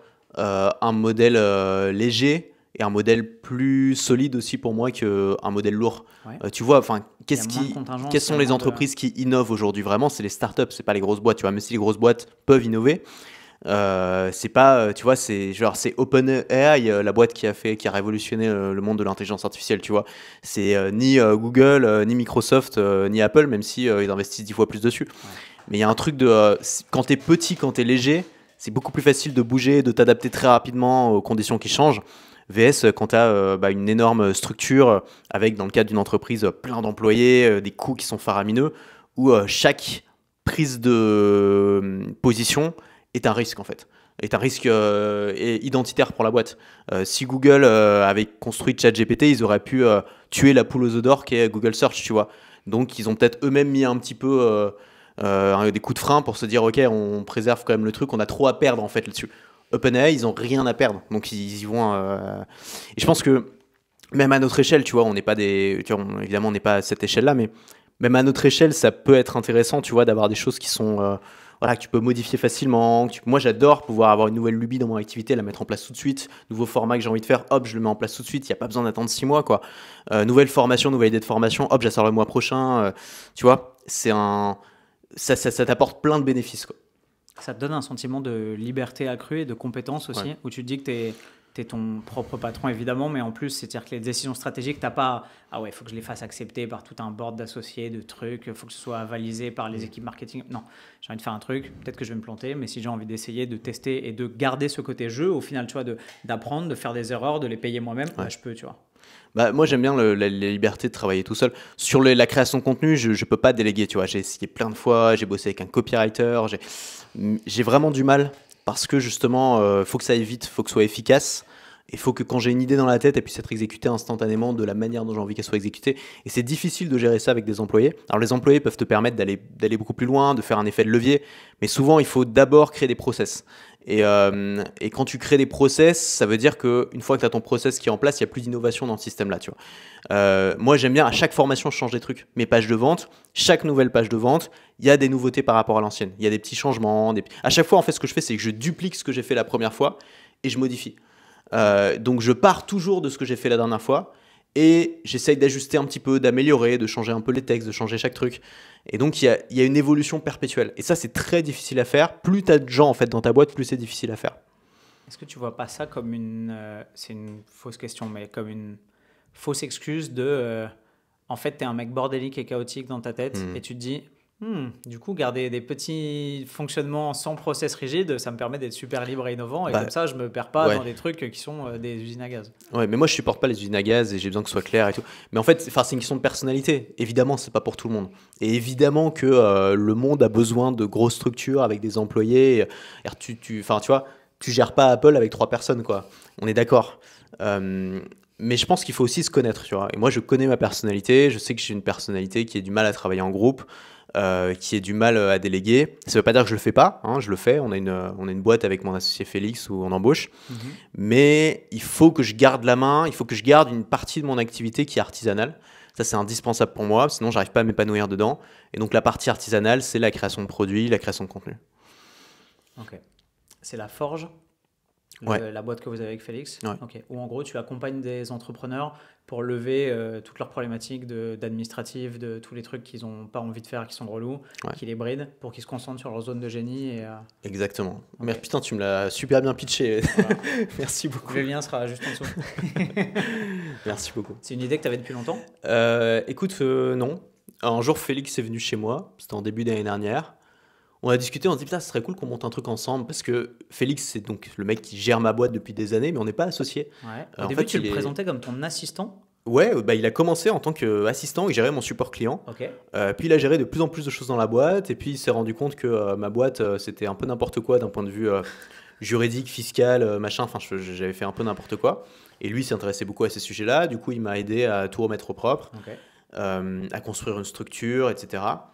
Et en fait, il est toujours prestataire de service officiellement chez moi, mais c'est aussi le gérant de ma boîte, hein, il a tous les accès. Et on s'est dit, ce serait cool qu'on monte un truc ensemble. Qu'est-ce qu'on peut faire?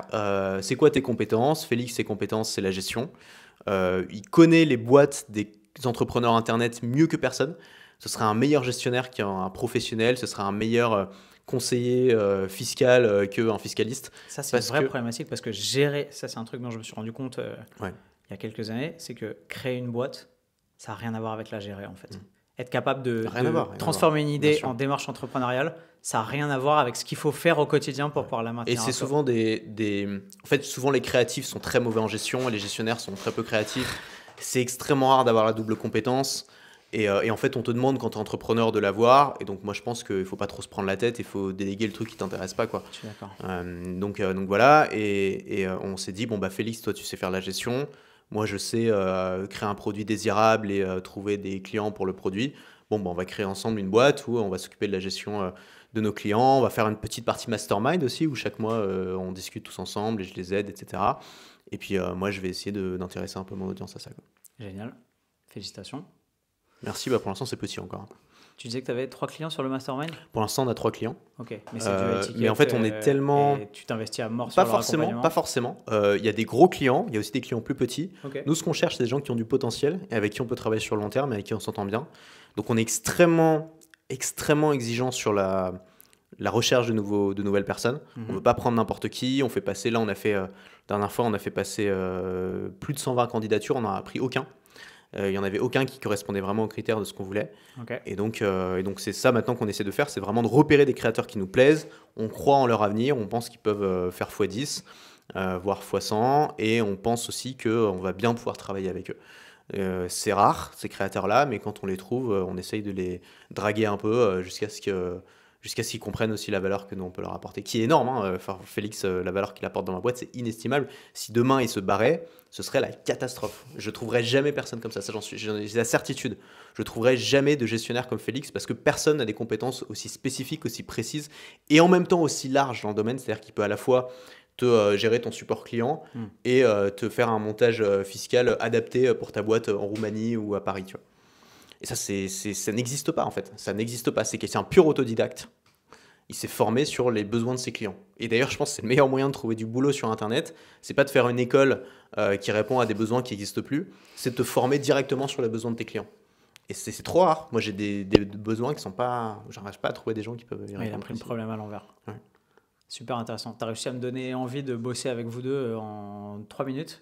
Si vous avez aussi envie de bosser avec Antoine, vraiment, c'est pas une blague. Je vous mets le lien de... C'est quoi? C'est La Forge. Dans laforge.com. Vous aurez le lien juste en dessous pour aller voir ce qu'il fait et vous pencher sur la question. J'ai vu une de tes dernières vidéos dans lesquelles tu dis que tu as envie de glow up en 2024 et que tu as un plan de bataille. Je trouvais ça ultra intéressant et j'aimerais bien qu'on revienne là-dessus tous les deux parce que tu es déjà un mec ultra accompli dans de très nombreux domaines. Et glow up, ça fait sourire parce que c'est souvent des mecs qui ont l'impression d'être au fond du trou, qui ont envie de glow up, alors que toi, tu es bien installé dans plein de trucs et tu as juste envie de te redonner un coup de boost. On peut toujours faire mieux.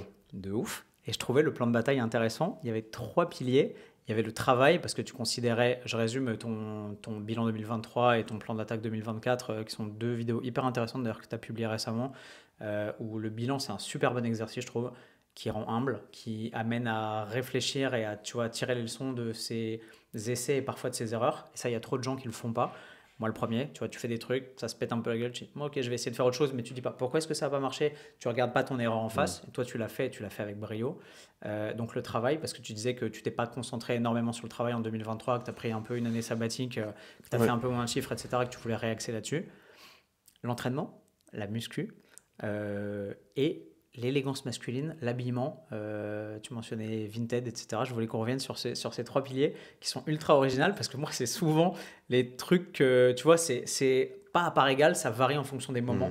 La vie sociale, le couple, plein de trucs, mais ça tourne toujours plus ou moins autour de l'épanouissement perso, l'entraînement, le physique et l'entrepreneuriat, la démarche, le travail, etc. Tu vois. Ouais. Comment tu répartis tout ça et comment ça te vient et la vie sociale qui est un peu le 4e pied du tabouret. Ouais. Bah écoute, c'est simple, hein, c'est des choses qui rendent heureux, je trouve. Progresser dans son travail, ça rend heureux. Ouais. Se sentir bien dans son corps, être satisfait de son corps, ça rend heureux.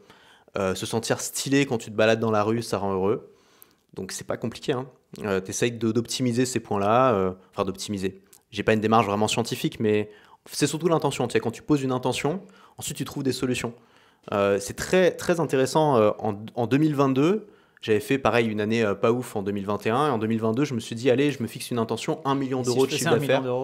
1 million d'euros en un an. Je me souviens. Bon, ça s'est pas fait du jour au lendemain. J'étais à 700 ou 1000 l'année d'avant, donc c'était pas non plus complètement inatteignable. Et j'ai fait quelque chose comme 1 million et 4 000 euros, tu vois. Donc j'ai vraiment atteint très très juste. Je me souviens de la vidéo où tu disais ça ne peut pas être par hasard. Effectivement, tu vois les chiffres, tu dis attends, tu vois la courbe, c'est un truc de ouf. Et en fait, quand tu te fixes une intention, tu sais, il y a des gens qui appellent ça la loi de l'attraction. Quand tu te fixes une intention, tu trouves des solutions plus facilement. Tout simplement parce que tu poses ton attention beaucoup plus facilement sur les solutions. Hop, il y a un livre qui a l'air intéressant, qui parle de ce sujet-là, sur lequel tu essaies de travailler cette année. Hop, je vais le lire. Hop, il y a un mec qui me parle de ça, ça pourrait être une opportunité, je vais discuter avec lui. Donc tu vois les... Voilà. Et donc juste le fait de se fixer une intention pour l'année, ça peut permettre de débloquer plein de choses, même si au moment où tu le fixes, t'as pas de plan. T'as pas de plan. Moi, j'avais pas de plan pour faire mon million, tu vois. J'ai découvert les trucs en cours de route. Et ben cette année, c'est un peu pareil, tu vois. Glow Up, je me dis, bon, bah, qu'est-ce qu'on va faire? L'autre jour, je me suis dit, tiens, si j'allais chez l'orthodontiste, c'est un peu n'importe quoi mes dents. Donc l'orthodontiste, elle me dit, bon, c'est la catastrophe, vous avez une telle couche de tartre que, Que vous je allez... vois même pas les dents, je peux Dans pas 5 bosser ans, là. ouais, dans 5 ans, vous allez perdre vos dents si vous faites rien. Donc déjà, je me dis, l'enfer. putain, ça fait 5 ans que je suis pas chez le dentiste, ce serait peut-être temps d'y aller. Ok. Des tartrages, j'avais 2 caries sur les dents de sagesse, j'étais même pas au courant, je sais pas depuis combien de temps elles sont là. Je me suis dit, bah tiens, je vais en profiter pour mettre un truc de machin, là, enfin, un truc transparent, là, des Invisalign, gouttières, là, là, ouais. Invisalign, là, Ok. pour me réaligner les dents Putain, comme j'ai il faut et plein de tout. potes qui font ça. Tu kiffes? C'est bien. J'ai pas encore mis. Donc pour l'instant, ça va. Mais l'intention est là. Non, je pense que je vais pas particulièrement kiffer, mais je me dis, voilà, c'est aligné avec mon intention, donc je me pose pas trop de questions en fait. Ok. Parce que je me dis, ok, ça va dans mon intention, ça va pas changer ma vie, mais ça aligné avec mon intention, donc je le fais et on verra ce qui se passe. Pour la muscu, je me suis dit, ok, j'aimerais bien reprendre du muscle. Ça fait des années en fait que je fais de la muscu, mais juste je me maintiens et au final, je suis pas vraiment satisfait des résultats. En même temps, j'ai pas de plan nutritionnel, je fais un peu toujours la même chose, j'essaye pas vraiment de progresser. En même temps, t'as show up. En même temps, même si t'es pas Ouais, je satisfait show de up. là où ça t'a Et c'est amené, pour ça que je me maintiens. tu vois. peut-être, Voilà. t'as fait le taf, Ouais. tu t'es entraîné, t'as pris soin de ta santé, et ça, c'est un bénéfice qu'on peut pas t'enlever, tu Ouais. vois. J'ai gardé la discipline, ça c'est Ouais. important aussi, parce que c'est très dur Et de t'as se fait remettre. ça là où t'aurais pu Voilà. glander, prendre du poids, faire autre chose, être full sédentaire, pas marcher, pas sortir. Ouais. Et du coup, début d'année, je me dis, bon, qu'est-ce que je peux faire et tout. Puis je me suis rappelé la fois, je me suis dit, c'est quand la fois où j'ai été le plus musclé dans ma vie, tu vois. Je vais avoir 30 ans, donc je me dis, bon, j'ai quand même un peu maintenant d'expérience de mec qui fait de la muscu. Et je me dis, ok, c'était quand j'avais 16 ans et que je pouvais pas aller à la salle de muscu et que j'ai acheté méthode de musculation sans matériel d'Olivier Lafay, que tous les mecs qui ont eu 16 ans, je sais pas, en 2010 ou 2012 auront sursuivi. Et à l'époque, j'étais monté, j'avais pris 4 ou 5 ou 6 kilos de muscles et j'avais vraiment eu le meilleur physique que j'ai jamais eu, tu vois. En termes de muscles en tout cas. Je me suis dit, ok, je vais ressortir ce bouquin, j'ai acheté la nouvelle version, je m'y suis mis, j'ai déjà pris 2 ou 3 kilos là, de muscles Ouais. depuis que je me suis remis, j'ai retrouvé un physique que j'ai pas eu depuis, je sais pas, depuis l'époque en fait, hein, depuis plus de 10 ans, quoi, c'est fou. Et pareil, je l'aurais pas fait si je m'étais pas fixé cette intention. Et le fait de la fixer intentionnellement, c'est-à-dire de faire une vidéo et dire, bah voilà, je vais essayer de faire ça cette année. Moi, ça m'aide à le tenir. Et parfois, ça inspire aussi des gens de mon audience de le faire aussi ou alors de se fixer leurs propres objectifs pour l'année. Et ça peut paraître un peu cliché, tu vois, de se fixer des objectifs pour l'année, Ouais, mais mais non. moi, je trouve que ça marche. Oui. Moi, je trouve que ça marche. Et les grands changements, genre la rentrée ou alors le nouvel an, ça peut être des boosts. En fait, c'est plus facile de changer quand il y a une rupture. Donc, ça crée une rupture dans ton quotidien. Ok, nouvel an, nouvelle année, changement de date, etc. Rupture. Et les ruptures, c'est souvent des bons points de départ pour de nouvelles habitudes. Alors au sens propre comme au figuré, parce que breakups make bodybuilders, comme on dit dans le milieu de la muscu, il y a beaucoup de mecs qui sont mis à la muscu après s'être fait plaquer et qui ont décidé Tout à fait. de se Ou de renforcer. s'être fait casser la gueule dans la rue. C'est les Exact. deux grandes causes de démarrage de musculation. Exactement, on en parlait avec Thibaut sur le dernier épisode de ce format long que vous kiffez bien. Mettez un pouce bleu juste en dessous de la vidéo, le truc que je fais jamais. Et dites-nous en commentaire si vous kiffez ce genre d'échange, parce que moi j'adore prendre du temps avec des créateurs de contenu ou des personnalités que j'apprécie.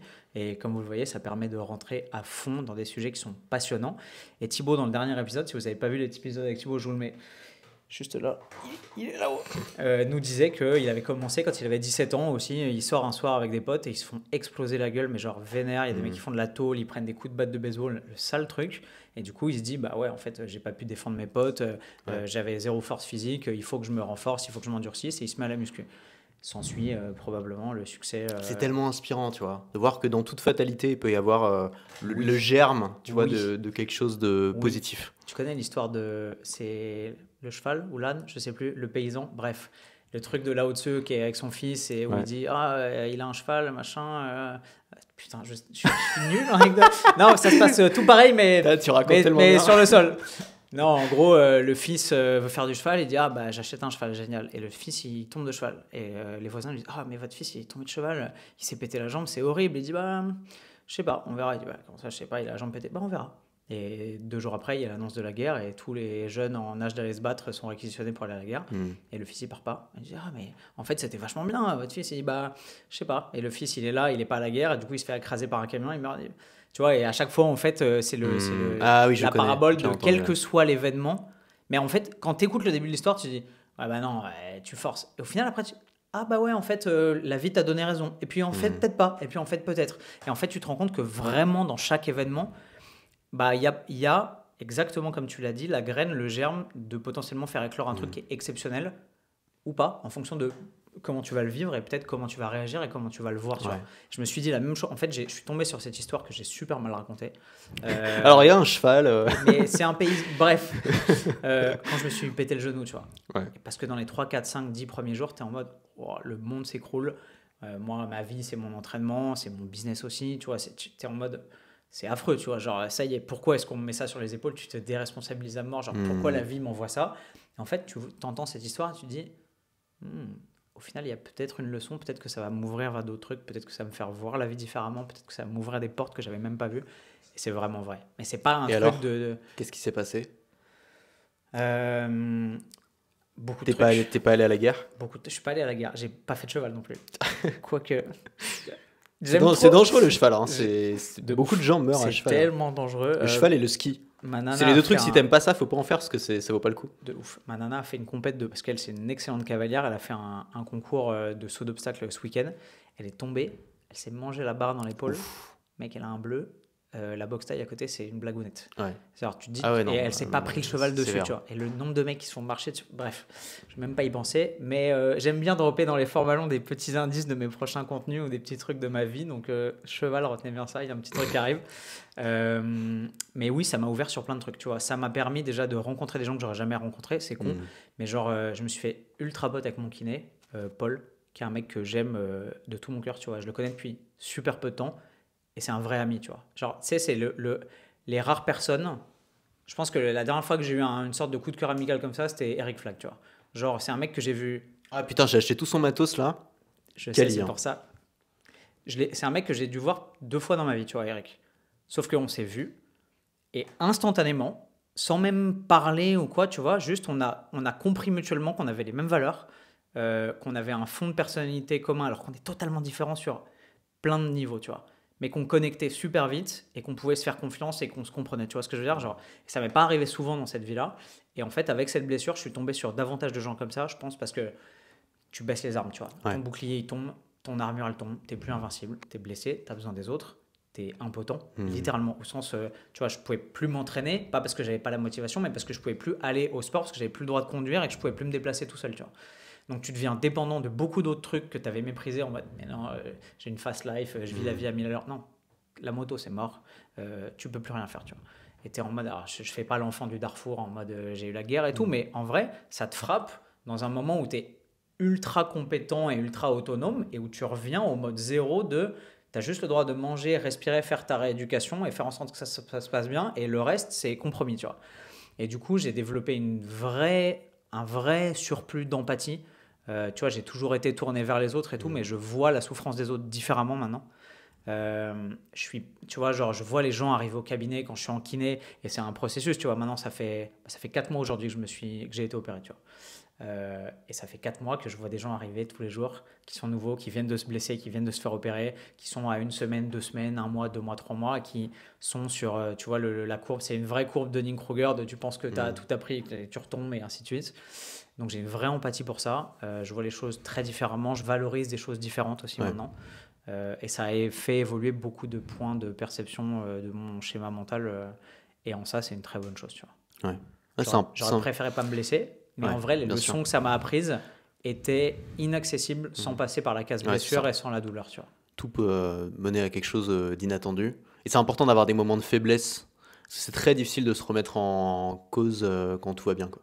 Très très difficile. Et c'est pour ça que souvent on alterne entre des moments où champion, je sais où je vais, j'ai confiance et tout, puis des moments où on perd foi un petit peu, où on doute de soi. Et c'est important parce que c'est dans ces moments où on doute qu'on trouve les futures solutions. Enfin, les solutions qui vont nous mener au nouveau moment de succès, quoi.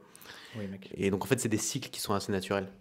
Et tu prends tu prends Philippe Croison, le mec, il a perdu les 2 bras, les 2 jambes, il a traversé la Manche à la nage, tu vois. Est-ce qu'il aurait traversé la Manche à la nage s'il n'avait pas perdu ses 2 bras et ses 2 jambes? Jamais de la vie. Jamais de la vie, parce que tout le monde s'en fout, tu vois. Alors qu'un mec... Et donc, je sais pas à quoi ressemble sa vie maintenant, tu vois. Incroyable. Mais sa vie est devenue... il a commencé à accomplir des choses remarquables et puissantes après avoir vécu un événement que personne n'a envie de vivre, quoi. qui est vraiment une des pires choses qu'on puisse C'est imaginer. fou en vrai quand tu y penses. Tu vois, petit, je sais pas toi, mais petit, j'avais cette espèce de trouille de me dire, wow, je me souviens avoir pensé une fois quand j'avais 6 ou 7 ans, c'est tôt pour avoir ce genre de pensée, ou si je perds un doigt un jour, je pense que je me suicide. Ouais. Parce que Un doigt, je pourrais pas vivre avec 9 doigts, tu vois.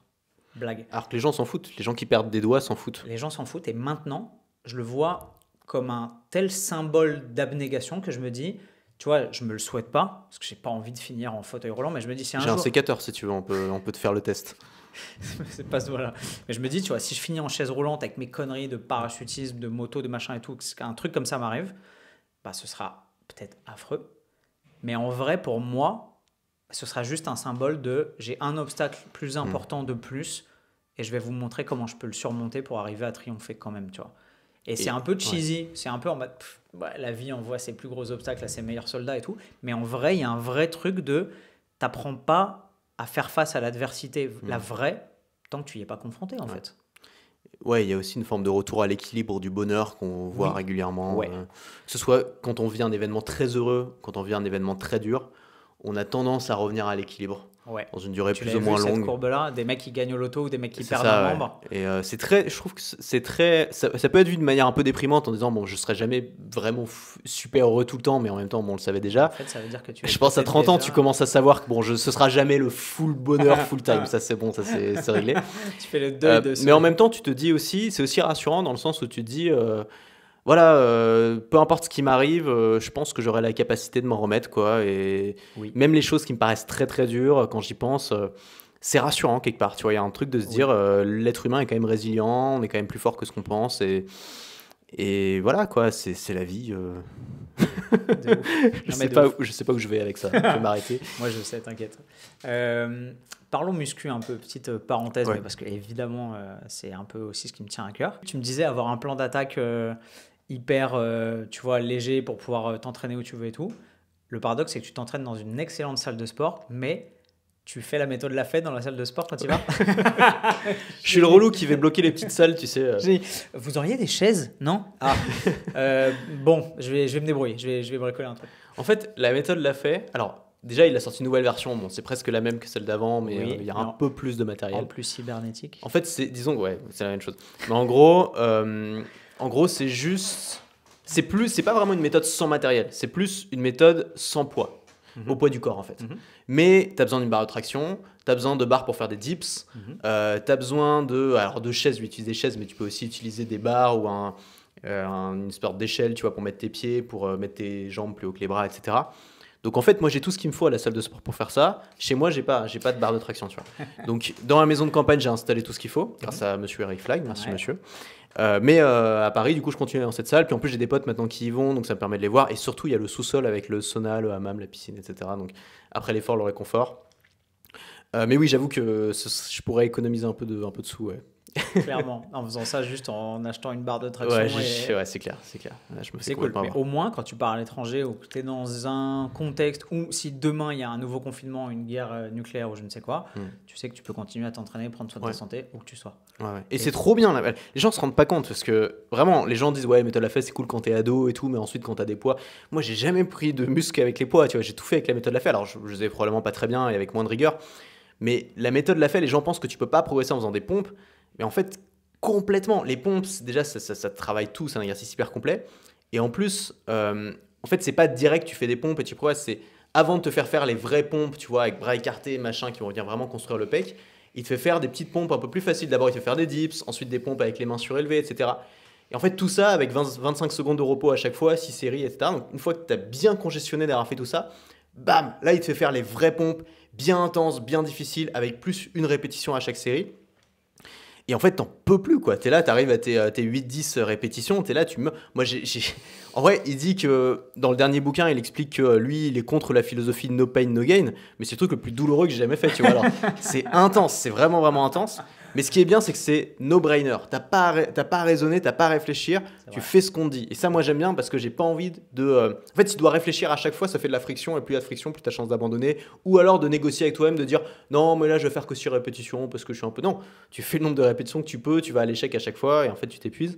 Et c'est extrêmement efficace, en tout cas au début en termes de prise de masse, c'est vraiment extrêmement efficace. Petite page de publicité pour vous dire qu'en 2024, comme depuis maintenant 5 ans, vous avez toujours moins 45% sur tout le site de Bulk avec mon code Antoine45. Le code vient de changer et il est plus explicite. Donc en tapant simplement Antoine45 au moment de l'achat de votre panier, vous pouvez bénéficier de 45% de réduction sur l'intégralité de vos compléments alimentaires. Donc on ne mollit pas sur ces bonnes résolutions, sur l'entraînement et sur la nutrition. Merci à tous ceux qui utilisent mon code tous les mois pour soutenir la chaîne et mon travail.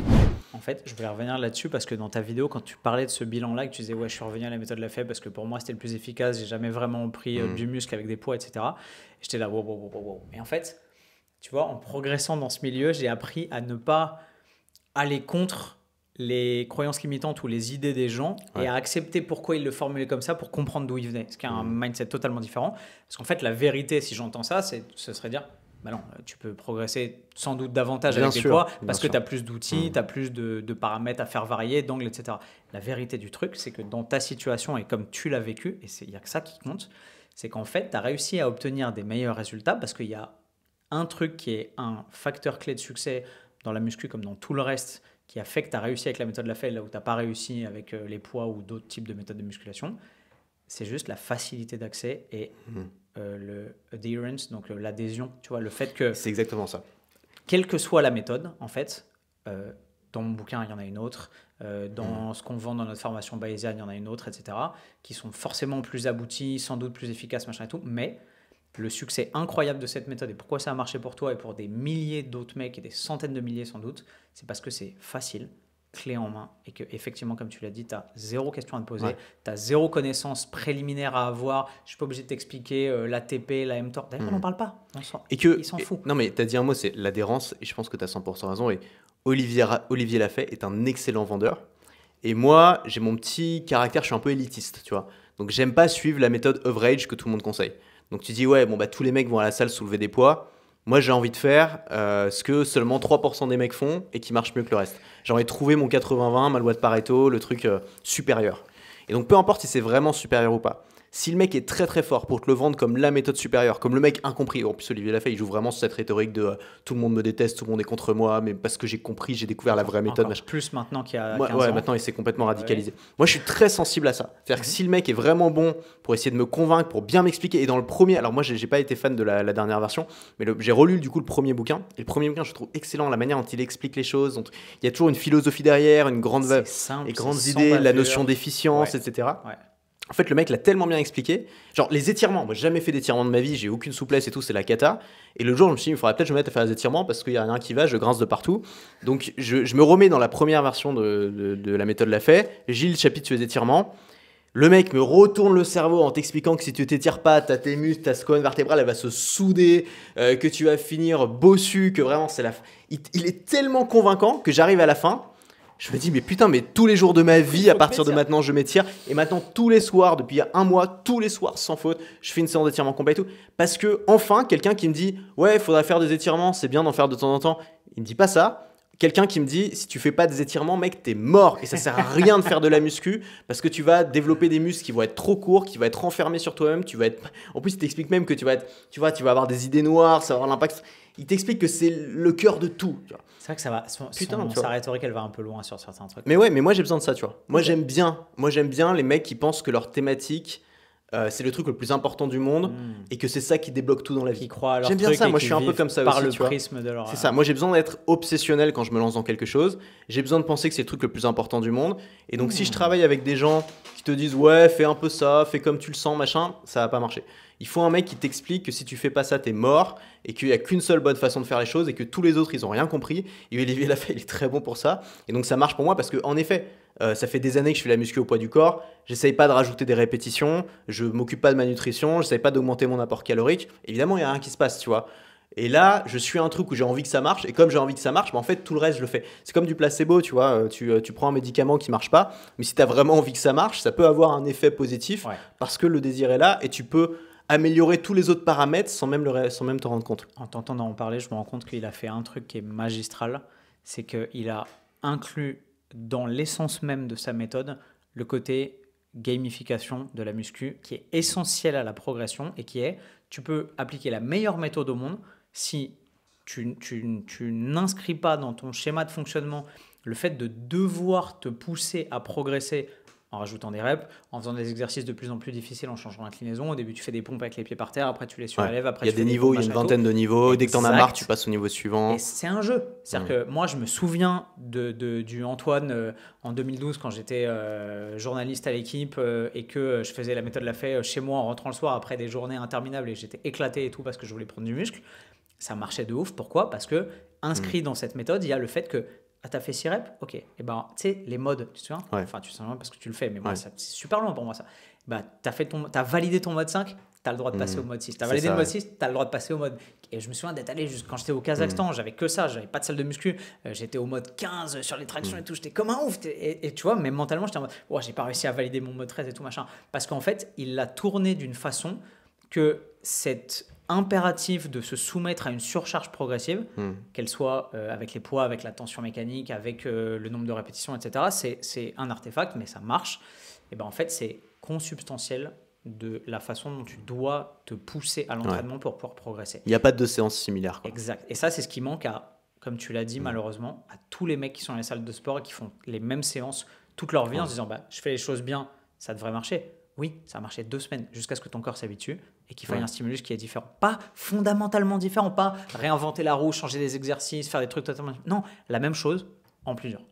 En changeant des petits paramètres, machin, mais fondamentalement la même chose en plusieurs. Comme dans tout le reste de ton business, de tout ce que tu fais, juste rajouter des exigences aux choses que tu faisais déjà et que tu continues à faire. Et en ça, c'est un génie parce que des mecs qui sont, c'est pas ton cas, mais super bas de plafond et qui comprennent rien à rien, sont capables de se faire un physique hors norme en vrai, avec zéro connaissance et juste tu lis ce qu'il y a écrit dans un bouquin.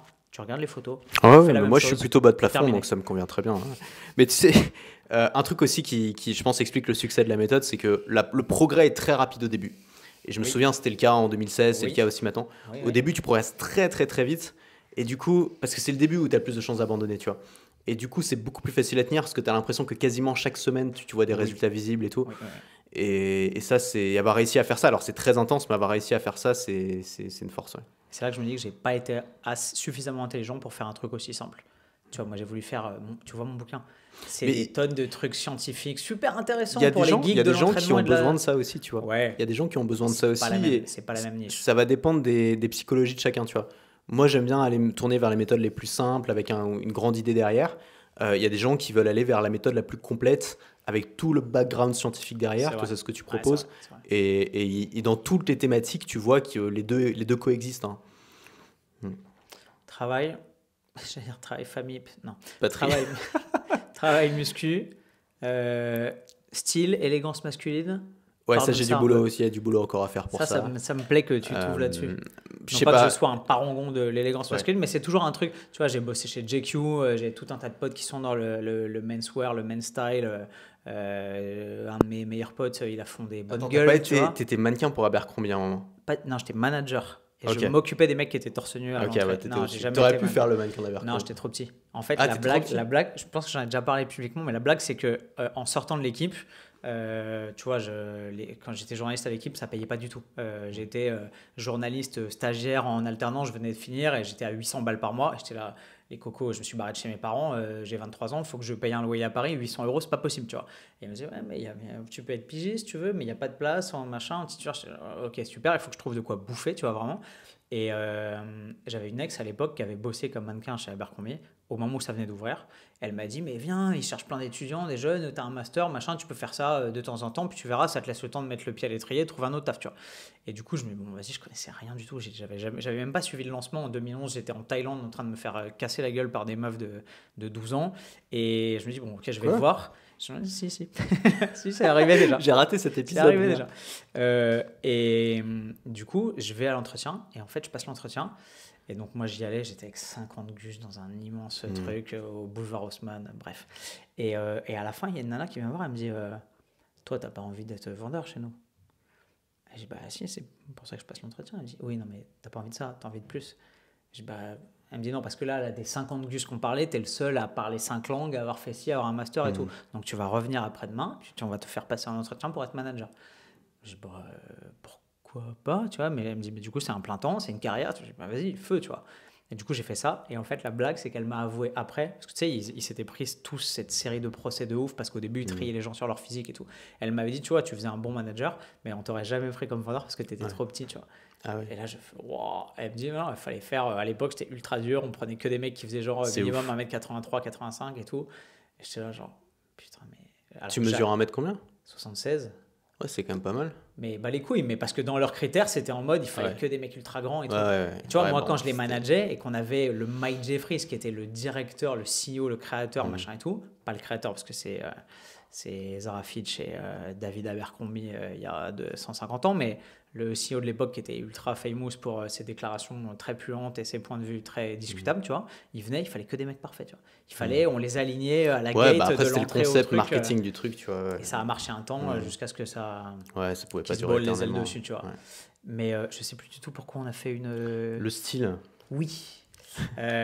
Oui, parce que tu vois, j'ai quand même beaucoup de potes, moi, qui bossent là-dedans, etc. Donc, c'est une préoccupation que j'ai toujours, tu vois. Ouais. Quand j'étais chez JQ et qu'on écrivait des trucs, j'ai bouffé de la mode masculine pendant des années. C'était un kiff. Quand j'étais en prépa, je révisais mes cols de maths et sous les yeux, j'avais des pages de Vogue et tout placardées parce que je kiffais ça, j'ai toujours kiffé ça, tu vois. Du coup, ça m'intéresse de voir qu'un mec comme toi qui n'a pas mis son focus sur ça, ni dans ses thématiques, ni forcément dans ses intérêts perso, revient là-dessus ou vient là-dessus après coup. Ouais. C'est Après, cool, je cherche pas, tu vois, à être à la mode particulièrement, parce que j'ai l'impression que la mode, c'est pas fait pour C'est moi. pas l'idée. C'est pour les mecs qui sont grands et minces, et j'ai l'impression que ça marche pas avec, T'as avec moi. Tu vois. l'impression d'être rejeté par Bah, la tu vois, mode, par exemple, si je mets, dès que je mets un truc qui peut être un peu stylé Ouais, sur un mannequin, Ouais. moi j'ai l'air ridicule, tu vois, systématiquement. c'est vrai. Et donc Ok. je me suis toujours habillé très basique, tu vois, jean, t-shirt et tout. Et en fait, j'ai pas tellement envie de changer ça, mais j'ai juste envie d'être bien habillé. C'est-à-dire il est pas habillé genre waouh, on le remarque dans la rue et tout à 200 mètres, mais ouais, il est bien habillé, quoi. C'est fit, ça lui va bien, etc. Ok. Et pour ça, j'essaye deux choses. D'abord, d'aller vers des bonnes marques. Ouais. Donc, pas de fast fashion. Moi, j'ai une marque que j'adore qui s'appelle Ami, par exemple. Tu dois connaître et qui fait des trucs parfois qui me vont bien et que j'aime bien porter. Et donc, quelques belles pièces, tu vois, que je porte pendant des années, tu vois. Quelques pulls, quelques pantalons et tout qui vont bien. Pour les t-shirts, j'essaie de me trouver des t-shirts bien coupés à ma taille, ce qui n'existe pas en fait dans le commerce, parce que en fait je suis pas grand, mais je suis assez large d'épaule, et du coup Ouais. les t-shirts soit ils sont trop serrés au niveau des épaules, et à ma taille ici, soit ils sont trop longs et trop larges au niveau des épaules. Ok. Enfin, bref, t'as compris quoi. Et du coup j'ai trouvé un site qui s'appelle Son of a Tailor. Ok. Qui permet de Faire créer du des t-shirts bespoke. sur mesure. Donc, Intéressant. tu mets toutes tes mesures Ok. et tout. J'ai pris le temps de faire mes mesures et tout. Tu lui envoies. Et donc, ça y est, j'ai commencé à recevoir des t-shirts qui sont pas trop longs et qui en même temps sont pas trop serrés ici, enfin qui sont Stylé. fit, quoi. C'est cher. Un peu, ouais. Ok. T'en as facilement entre 50 et 70 euros par t-shirt. Je me disais, par rapport à trouver un t-shirt dans une. Tu sais, penser en termes de matière et réfléchir en termes de fit après. Tu vois, trouver un t-shirt de belle facture dans un beau coton, une matière Ouais. qui te plaît et tout machin, et juste le faire ou Après, cintrer ou raccourcir. Ils ont des belles chez matières, Intérieur, tu vois. Bon, ça reste cher pour les t-shirts, mais ils ont, tu vois, coton Supima, j'y connais rien, tu vois, mais laine de Mérinos, etc. Laine de Mérinos, c'est cool quand tu voyages, tu peux le porter plusieurs jours, ça sent pas mauvais. Coton Supima, ils ont un truc en moitié polyester si tu veux faire du sport ou pour l'été ou sur un truc. Bon, je teste, tu vois, je teste. Mais en gros, ça va pas être la grosse révolution et je vais pas avoir l'air d'être sorti d'un magazine de Vogue. Et il faut pas. En vrai, c'est comme tout, tu vois, tu changes pas du jour au lendemain. On garde le t-shirt noir, hein. Je change pas les t-shirts noirs, mais juste t-shirt noir mieux coupé. Voilà. On garde éventuellement le jean, mais jean de bonne marque qui dure. Tu ne fais pas une Steve Jobs, juste tu Non, améliores l'existant. Et... j'ai du mal à faire ça, j'ai essayé. Et... On en avait parlé il y a 8 ans, je crois, de ce délire. J'ai essayé, hein. À l'époque, C'est c'était vrai mon délire. Ouais. C'était, je voulais être toujours habillé pareil. En ça fait, manque de. Tu vois, moi j'ai. parfois, tu as essayé, envie mais de t'habiller différemment. j'ai Tu as essayé juste 2 envie. jours. Ouais. Ça manque de sel en fait. Enfin, je pense qu'encore une fois, pour revenir à ce que tu disais tout à l'heure, c'est une question de personnalité. Je pense qu'il y a des mecs qui sont rassurés par ça. Le fait de ne pas avoir de charge mentale à allouer à s'habiller. Et pour moi, c'est un plaisir en fait. C'est comme, tu vois, genre j'ai des potes, littéralement. J'ai un pote, il mange du bœuf haché et du riz blanc tous les repas, tous les jours. C'est depuis quand même des années, tu vois. pas évident pour tout le monde ça. Tu vois Jordan Peterson qui mange que du bœuf, que ça. Mm. Rien d'autre. Pas Enfin, ouf, c'est ce qu'il dit je en tout cas. pense. Tu dis, ok, mais ça manque un peu de. Et non, et les mecs se l'imposent, tu vois, limite comme une. Vraiment, tu vois, comme un sacerdoce de. Je fais ça, comme ça, il n'y a aucun plaisir là-dedans et Ouais, je peux allouer ma recherche de dopamine. S'il y a un truc qui à autre t'intéresse chose, pas, tu c'est aussi un moyen de s'en débarrasser et t'occuper Oui, d'autres choses. vois. C'est ce que je pense, mais du coup, si tu as un minimum. Tu vois, genre, moi, je pourrais jamais ne pas m'intéresser au physique, tu vois. Je suis dans la rue, je suis à une soirée, je vois un mec ou une nana avec une posture athlétique qui marche de façon spéciale, où je vois une morphologie de sportif, ou je vois un physique, une carrière ou quoi, je peux pas ne pas le voir, tu vois. Je vais le voir. Si la personne est friendly, je vais aller la voir, je vais aller la complimenter. Ça va déclencher quelque chose, tu vois. Pareil pour le style. Je vois quelqu'un de très élégant passer, je peux pas. Enfin, C'est ça ne peut important pas pour ne toi, pas quoi. rentrer dans mon radar, tu vois. Et même si c'est pas un truc capital dans ma vie, bah, c'est quand même une sensibilité que j'aurai toujours, tu vois. Comme tu peux être sensible à l'art, comme tu peux être sensible aux gens qui formulent leurs phrases, qui ont une bonne élocution, je sais pas, tout un tas de trucs qui peuvent te séduire ou t'attirer.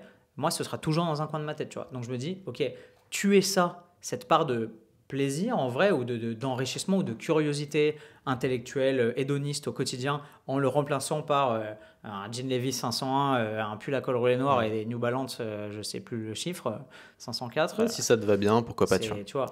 Ce qui est dommage, moi je trouve, c'est les gens qui s'habillent d'une manière qui les dévalorise, tu vois. Il y a vraiment des trucs, genre le mec qui met le jean beaucoup trop grand, et tu vois, tu te dis, mec, ça prend pas beaucoup d'efforts de trouver un truc qui te fit bien, et ça vaut le coup, parce qu'ensuite, t'as pas à faire d'efforts. À la limite, tu t'habilles tous les jours comme ça, mais au moins, t'as un truc qui te fit, qui correspond, qui te met en valeur, tu vois.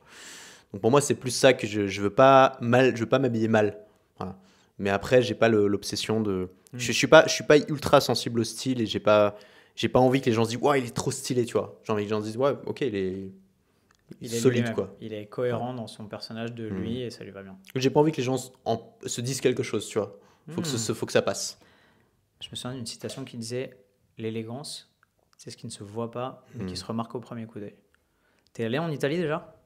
Sans doute. Pas tant que ça, mais oui, j'y suis passé 2-3 fois. Ok, ça t'a pas fait ce. Putain, moi, ça fait un moment que j'y suis pas allé, mais à chaque fois que j'arrive à Rome ou à Milan ou quoi, à chaque fois ça me frappe. À l'aéroport, à la gare, n'importe où, dans un lieu hyper normal de la vie de tous les jours que tu peux avoir les mêmes chez nous, tu vois ça, tu te dis, ouais, il y a un truc là. Genre la façon dont les gens s'habillent, cette espèce de. Ouais. La façon dont ils sont à l'aise avec le vêtement, avec la façon de porter leurs vêtements, où ils sont jamais déguisés. Alors, je fais des généralités à gros traits, hein, mais la moyenne des gens habillés en France ou même à Paris n'a rien à voir avec la façon dont, en moyenne, les gens sont habillés en Italie. Je crois que ça m'énerve, moi-même, les gens. Genre, à Paris, globalement, quand même, les gens s'habillent plutôt bien. C'est agréable, je trouve, d'être entouré de gens qui s'habillent bien, qui ont du goût. Et puis, de temps en temps, t'as un touriste américain qui débarque en mode. Les Américains, c'est vraiment. Mais tu te dis, mais putain, mais regardez-vous dans un miroir, quoi. Les mecs, il arrive avec des t-shirts de randonnée, tu sais, genre vert fluo. C'est toujours les pieds. On voit que lui. Que même si ça va horrible, à peu près des pieds avec un la short tête aux cargo mal coupé, horrible, machin. Et tu te dis, mec, et des espèces de sandales. Ou des grosses baskets fluo, là. Mais non, là Paris, c'est gris, c'est beige, c'est des couleurs qui sont uniques, qui vont bien ensemble, il y a une belle colorimétrie, machin. Toi, t'arrives, ça fait mal aux yeux, ça m'énerve, je me dis, respecte le lieu, quoi. Tu vois, c'est ça. C'est quelle que soit la sensibilité que t'as ou que t'as pas vis-à-vis du vêtement et de l'élégance, moi, c'est un truc qui, t'as beau être un génie, t'as beau être la personne la plus adorable du monde ou quoi, il va falloir qu'on ait un contact qui soit extrêmement enrichissant ou intense pour que j'arrive à passer au-dessus de ça. Si la première impression que j'ai, elle est mauvaise sur ce plan-là, tu vois. Okay. Un mec qui est un génie de la tech, n'importe quoi, mais qui arrive et qui a une dégaine de clown, je me dis, ça, tu sais, ce que tu es parle trop fort, j'arrive pas à entendre ce que tu dis, tu vois ce que je veux dire ? Moi quand même pas, parce que je me dis, ok, s'il a une dégaine de clown, mais qu'il a réussi à faire tout ça, c'est qu'il doit être vraiment bon là-dedans, tu vois. Il y a un truc de... tu sais, je me dis, s'il est nul dans un domaine, c'est qu'il doit être meilleur dans l'autre, tu vois. Donc sûr. Tu vois, tu croises Bill Gates, c'est pas le mec le plus stylé de la Terre, mais tu dis, putain, c'est quand même Bill Gates. Moi, j'ai envie d'avoir une conversation avec lui, tu vois. C'est certain. Donc, mais moi, parce que tu sais qui c'est. Si tu le vois dans le métro, tu vas juste le prendre pour un énième touriste américain. Tu le verras pas dans le métro. Tu peux jouer sur le fait d'avoir un look de merde et d'être le mec brillant qui a un look de merde, tu vois. Oui, mais c'est un sacré tour de passe-passe en vrai. Il faut vraiment être brillant. Je suis pas assez brillant pour pouvoir me le permettre, je pense. C'est très intéressant. Le dernier point sur lequel j'aimerais t'amener, c'est... ton investissement récent et ton choix d'alterner entre ta vie à Paris et ton petit mansion en Normandie, du coup. Besoin de stabilité, envie de réaliser un rêve de gosse. Non, ni l'un ni l'autre. De la cohue parisienne. Ouais, ça oui. Ça oui, le week-end, il y a trop de monde, ça me saoule. Moi, j'aime pas la foule, donc... Paris, il y a tellement de monde à Paris, c'est le problème numéro 1 de Paris, c'est la foule, quoi. C'est dur, et c'est en même temps son attrait numéro 1. Ouais, c'est évidemment, c'est hyper vivant, il y a plein de petits commerces, les terrasses sont toujours bondées, Mais il y a des jours où juste t'as pas envie, tu vois, t'as pas envie. Souvent le week-end quand il fait beau, surtout là où je suis, tu vois, je suis dans le centre, là, le week-end où il fait beau, c'est bondé, bondé. Il y a les Parisiens, les touristes, tout le monde est dehors. Moi j'essaie de promener mon chien, il y a tous les touristes espagnols qui sont là, ah, le pequeño, là. Putain, foutez-moi la paix. Et là, je veux juste fuir dans un endroit où l'espace n'est pas un luxe. Et à la campagne, l'espace, c'est pas un luxe, c'est une commodité. Il y en a partout, c'est facile à avoir, ça coûte pas cher. Tu vois. Donc, campagne, grande maison, 4 hectares de terrain, 3 hectares de forêt. Tout l'espace que je veux, je peux faire limite des randos dans mon jardin. J'aime, tu vois. J'aime ça. Alors, évidemment, c'est quand même un luxe, mais pour le prix d'un 2-3 pièces à Paris, tu vois, dans le 18e. Voilà. Pour le prix d'un 2-3 pièces à Paris dans le 18e, Ouais. j'ai mes 4 hectares où je peux me balader avec mon chien, où je peux faire courir mon chien. Et vrai, plus c'est une incroyable. très grande maison, tu vois, où je peux faire tout ce que je veux, je peux inviter des gens et tout.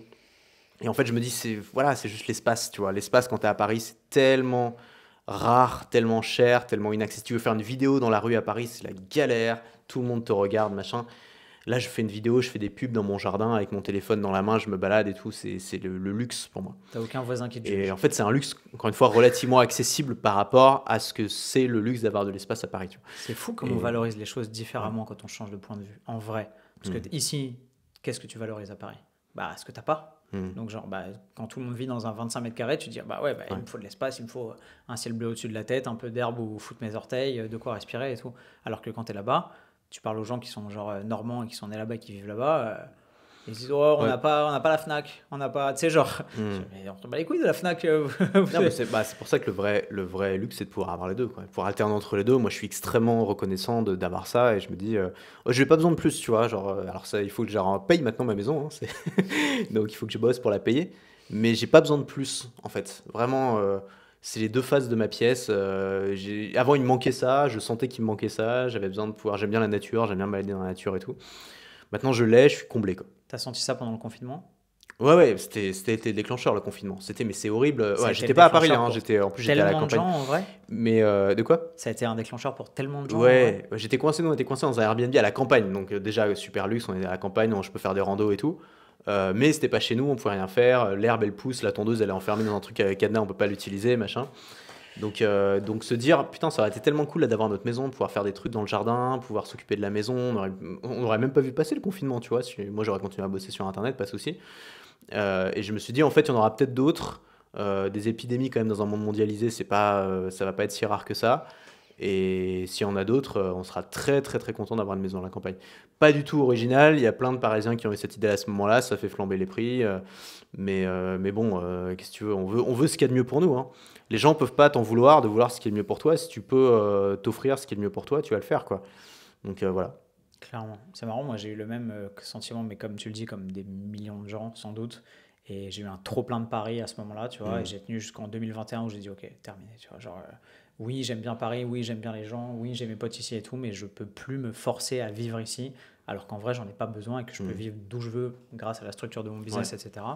Et c'est pour ça que je me suis barré en Espagne, tu vois, et j'étais tellement bien. Quand j'étais à Marbella, je me disais, mais la vie est exceptionnelle, pourquoi je me suis privé de ça? Ouais. Tu vois, j'avais l'impression, en fait, j'y suis allé une fois en vacances pour découvrir, parce qu'un pote m'en avait parlé.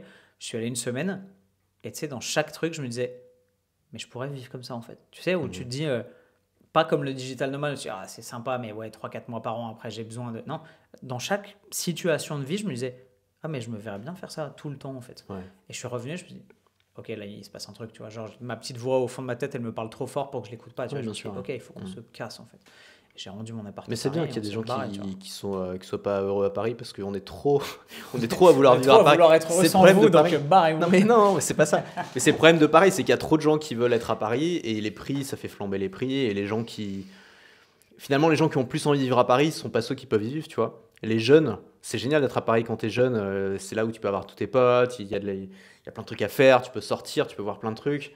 Mais en fait, les jeunes, ils peuvent plus vivre à Paris, hein. Enfin, moi, je vois les trois quarts de mes amis, soit ils sont, qui sont à Paris, soit ils sont en banlieue, Ouais. soit ils sont dans un mini studio Ils sont en coloc dans à les huit. quartiers nord, tu vois. Ouais. C'est pas la meilleure façon de vivre Paris, c'est dommage. Mais ils peuvent pas faire. Ça leur coûte quand même une fortune en loyer, quand même, tu vois. Il y en a, ils sont en coloc et tout. Et je trouve ça tellement dommage. Mais bon, on n'y peut rien, tu vois, c'est la loi du marché. Paris est victime de son succès, quoi. Ça m'a fait du bien de partir, moi. Et tu vois, paradoxalement, pour revenir à ce dont tu parlais sur la vie sociale, le regret que j'ai, c'est de ne pas pouvoir bénéficier des liens de mes amis qui sont en majorité à Paris, en étant ailleurs. Tu vois, quand j'étais dans le sud de l'Espagne, j'étais là en mode, oh, c'est le paradis. Venez, on vit tout cela. Venez, on recrée une espèce d'Eldorado ici. Et... Ouais, on veut toujours faire ça. Putain, et je l'ai tellement vendu, parce que c'est idyllique. Il y a rien qui va pas. C'est magnifique, tu vois. Et même mes parents, tu vois, je disais, mais venez passer une semaine, machin. Au début, je prenais Airbnb, il y avait toujours une chambre d'amis. Je disais, regardez, vous pouvez venir et tout. Personne n'est venu. Personne n'est venu. Ils sont pas venus. Parce que c'était loin, ils ont la flemme et machin. Ils ont leur petite vie peinard, plan-plan et tout. Et j'étais là, bah non, okay, je les comprends. Je vais kiffer ma vie moi-même tout pas, seul. Je serais pas venu. C'était fou, tu vois. Et bah le fait de... bon, c'est pas non plus ce qui convient à tout le monde. Clairement pas. Mais Paris, c'est le défaut. Donc l'avantage, c'est que c'est le truc par défaut. Donc moi, j'ai la chance d'aimer le truc qui est le truc par défaut. Donc moi, ça me plaît de vivre dans l'endroit où il y a le plus de Français, globalement, tu vois. Il y a plus de gens français que je connais. Mais après, on a TGV quand même. Donc toi, tu es à Toulouse, je sais pas, c'est 3 heures, 3-4 heures de TGV. Moi, j'ai des potes. J'ai des potes, ils sont à Lyon, c'est 2 heures de TGV. Enfin, c'est rien, tu vois, c'est rien. C'est limite. C'est plus facile de venir depuis le centre de l'île que de venir depuis la banlieue parisienne à Paris, quoi. Tellement ça va vite. Mais ça crée des petites barrières quand même. Tu te dis pas, tiens, on fait un apéro au pied levé, j'invite machin, parce que tu dis, ah ouais, mais attends, il y a une soirée, il faut que je prenne le train ou l'avion, quoi. Tu le fais quand il y a un côté un peu événementiel ou un truc un peu. Mais du coup, ça demande à faire preuve de la maturité dont on parlait au début de cet épisode, d'organiser, de se dire, ok, on pose un truc, on pose une pierre blanche sur tel jour, on se voit, tu vois. Et moi, j'ai l'impression d'avoir grandi en maturité là-dessus, où maintenant, quand je vois mes potes, c'est pour passer des moments de qualité, tu vois. J'organise des trucs. On se fait des randos. Tu fais des voyages, tu organises des semaines et tout. C'est trop bien de faire ça, des semaines avec des potes, ou louer une grande baraque, je sais pas où, au soleil, avec une piscine, ou des randos, ou des voyages. C'est ça, on peut faire plein de trucs. Hein. Tu sais, j'avais une idée de créer des communautés digitales, ou des... ou je sais pas, j'avais mis le mot communauté digitale dessus. L'idée, c'était de créer une espèce de grand groupe de potes où chacun se retrouve les uns chez les autres régulièrement, que des digital nomades, tu vois, que des gens qui bossent sur Internet, qui peuvent emmener leur business. Et hop, je vais un mois chez un tel, et puis ensuite on part une semaine en voyage, je sais pas où, tous ensemble, et puis ensuite on va 2 semaines chez un tel, puis il y en a un qui vit à la mer, l'autre il est à la montagne, l'autre il est à Paris. Et tu vois, histoire d'avoir de la diversité sans la solitude qui va avec le voyage perpétuel. Ouais, parce que ça, c'est une vraie réalité et qui est évidemment pas super glamour et dont on parle pas beaucoup en vrai. Tu vois, moi, je me suis pas toujours senti seul, mais le fait de voyager beaucoup et d'être toujours à l'étranger, sans tes proches, sans forcément tous tes amis sous la main, etc. Ça isole un peu. Et ben, il y a un moment où, quand en plus là-dessus, tu rajoutes un confinement ou que ta santé mentale en prend un petit coup pour X ou Y raison et tout, tu te rends vite compte que les structures, le lien social, les amis, et effectivement la vie sociale sur laquelle tu essaies de mettre l'accent cette année, c'est important en fait. Ouais, puis on est pas mal en France quand même, il y a plein de trucs... Bon, je suis le seul connard qui dit qu'il y a plein de trucs qui vont en France, alors forcément, de mon point de vue, moi je souffre probablement pas beaucoup de ce qui va pas en France, mais moi en tout cas, la France répond à mes besoins, tu vois. Ça coûte cher, mais ça répond à mes besoins de base. Je peux prendre le train, je peux utiliser mon vélo à Paris, je peux aller à la mer, j'ai mes proches, j'ai mes amis, j'ai ma famille, j'ai mes neveux. Toutes les cases sont cochées, je paye le loyer, tu vois. Ok, je paye le loyer d'être en France, quoi. Mais jamais j'irai à Dubaï, tu vois, genre, je sais pas où, mais c'est l'angoisse, quoi. L'angoisse totale. J'y suis allé une fois pour voir un peu ce que ça racontait et y passer un mois, tu vois, et j'ai vite compris que c'était pas du tout pour moi, en fait. Mais tout de suite. Comme quand tu arrives en Italie et que tu vois, les gens sont élégants. Tu arrives à Dubaï, tu fais, ouais, non. Et je suis content de l'avoir fait, tu vois, parce que on te le vend comme un Eldorado de ouf et qu'il y a plein d'entrepreneurs qui vont là-bas et que tu dis, ça a l'air stylé finalement. Et c'est peut-être stylé pour eux, mais ça l'est pas pour moi. On arrive à peut-être une phase de pays produit où on va vendre le fait de vivre dans un pays à des gens qui ont les moyens et les possibilités de vivre où ils veulent. T'as l'impression que c'est un choix de consommation. Et Dubaï, c'est vraiment ça, c'est un produit de consommation, tu vois. Il y a pas de... C'est une marque, voilà. C'est une marque qui essaie de répondre à tous les besoins. Donc voilà, il n'y a pas d'impôts, il y a la mer, il fait chaud, il y a des trucs amusants, genre des spectacles de drone ou je sais pas quoi. Mais voilà, si tu veux plus que ça, si tu veux plus qu'un produit, si tu cherches un truc... moi, je trouve pas le besoin. Mais en tout cas, je trouve ça intéressant, tu vois, cette nouvelle façon de voir les choses. Il y a de plus en plus de pays produits qui vont qui vont émerger ou qui vont se rebrander. Ce qu'a fait l'Estonie, par exemple, c'est délirant. Tu vois, jamais l'Estonie aurait été intéressante aux yeux du reste du monde et de l'Europe s'ils n'avaient pas fait créer cette espèce de passeport digital nomade et qu'ils n'avaient pas ramené plein de gens du web et créé plein de startups, etc. Voilà, donc c'est une opportunité, je pense, pour des petits pays qui autrement seraient peut-être passés sous le radar de devenir importants sur la scène internationale et surtout d'attirer beaucoup d'argent, quoi. Dubaï, c'est ça. Hein. Dubaï, ils attirent de l'argent. Ils attirent des capitaux. Et ça marche. Fou, et ça marche, quoi. Ils sont devenus une très grosse destination touristique aussi. Ils ont vraiment créé un produit, quoi. Il n'y a pas d'habitants là-bas. Enfin, ils sont 5%, je crois, des Dubaïotes sont nés sur place, quoi. Sont des locaux. Ils te font vite comprendre qu'ils ne sont pas comme toi, en plus. Ouais, non, c'est un autre monde. C'est vraiment, ça n'a rien à voir avec la façon dont nous, on conçoit notre identité de Français ou le... Moi, je suis pas du tout patriote, tu vois, donc c'est pas pour des raisons patriotiques que je vais rester en France, mais c'est tellement à milieu de notre culture, tu vois, de la façon de voir les choses que moi, c'est trop extrême, tu vois. Je me dis non, j'ai quand même besoin de, je sais pas, de sentir qu'il y a des valeurs partagées, de sentir qu'il y a une ressemblance quand même entre moi et mes concitoyens, la proximité avec la nature. J'aime bien quand il y a de l'herbe qui pousse quand même, tu vois. Ouais. Genre le truc où il fait tout sec tout le temps et 50 degrés l'été, moi, c'est pas pour moi. Il y a tout ça aussi, quoi. Tu vas être servi avec l'herbe qui pousse en Normandie. Ah, là, ça pousse, là. Il y a tout qui pousse. Tondeuse. J'ai acheté un tracteur tondeuse que je vais récupérer à la fin du mois. Tracteur comme dans Forrest Gump. Ouais, bah il faut. Hein, je vais être là sur mon petit tracteur. Tu vas te régaler. Merci, mon gars. On a infiniment voyagé depuis le début de cet épisode. On a déblayé tout un tas de thématiques. Ouais. Super intéressante. Pour finir, j'aime bien poser une petite série de questions tac au tac, où vraiment c'est ça ou ça, et tu me réponds. Okay. Je te préviens, je suis nul à ça, mais on peut essayer. Ouais, mais c'est ultra simple, t'inquiète. Ça je suis ultra nul. Chien ou chat? C'est dur parce que j'ai les deux, mais je vais dire chien.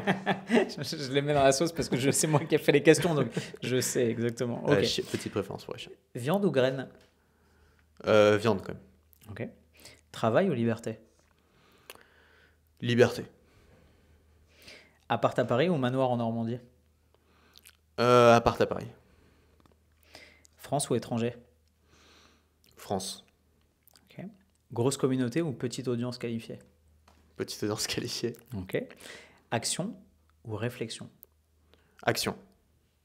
Instagram ou YouTube? YouTube. Temps ou argent? Temps. Motivation ou discipline? Discipline. Magnifique. Merci mon gars. C'était ultra intéressant de partager ces moments avec toi. J'avais encore plein d'autres questions à te poser, mais ça part trop dans tous les sens. Il faut qu'on arrête tous les deux, on a des esprits qui divergent trop pour... sinon, le podcast va durer 6 heures.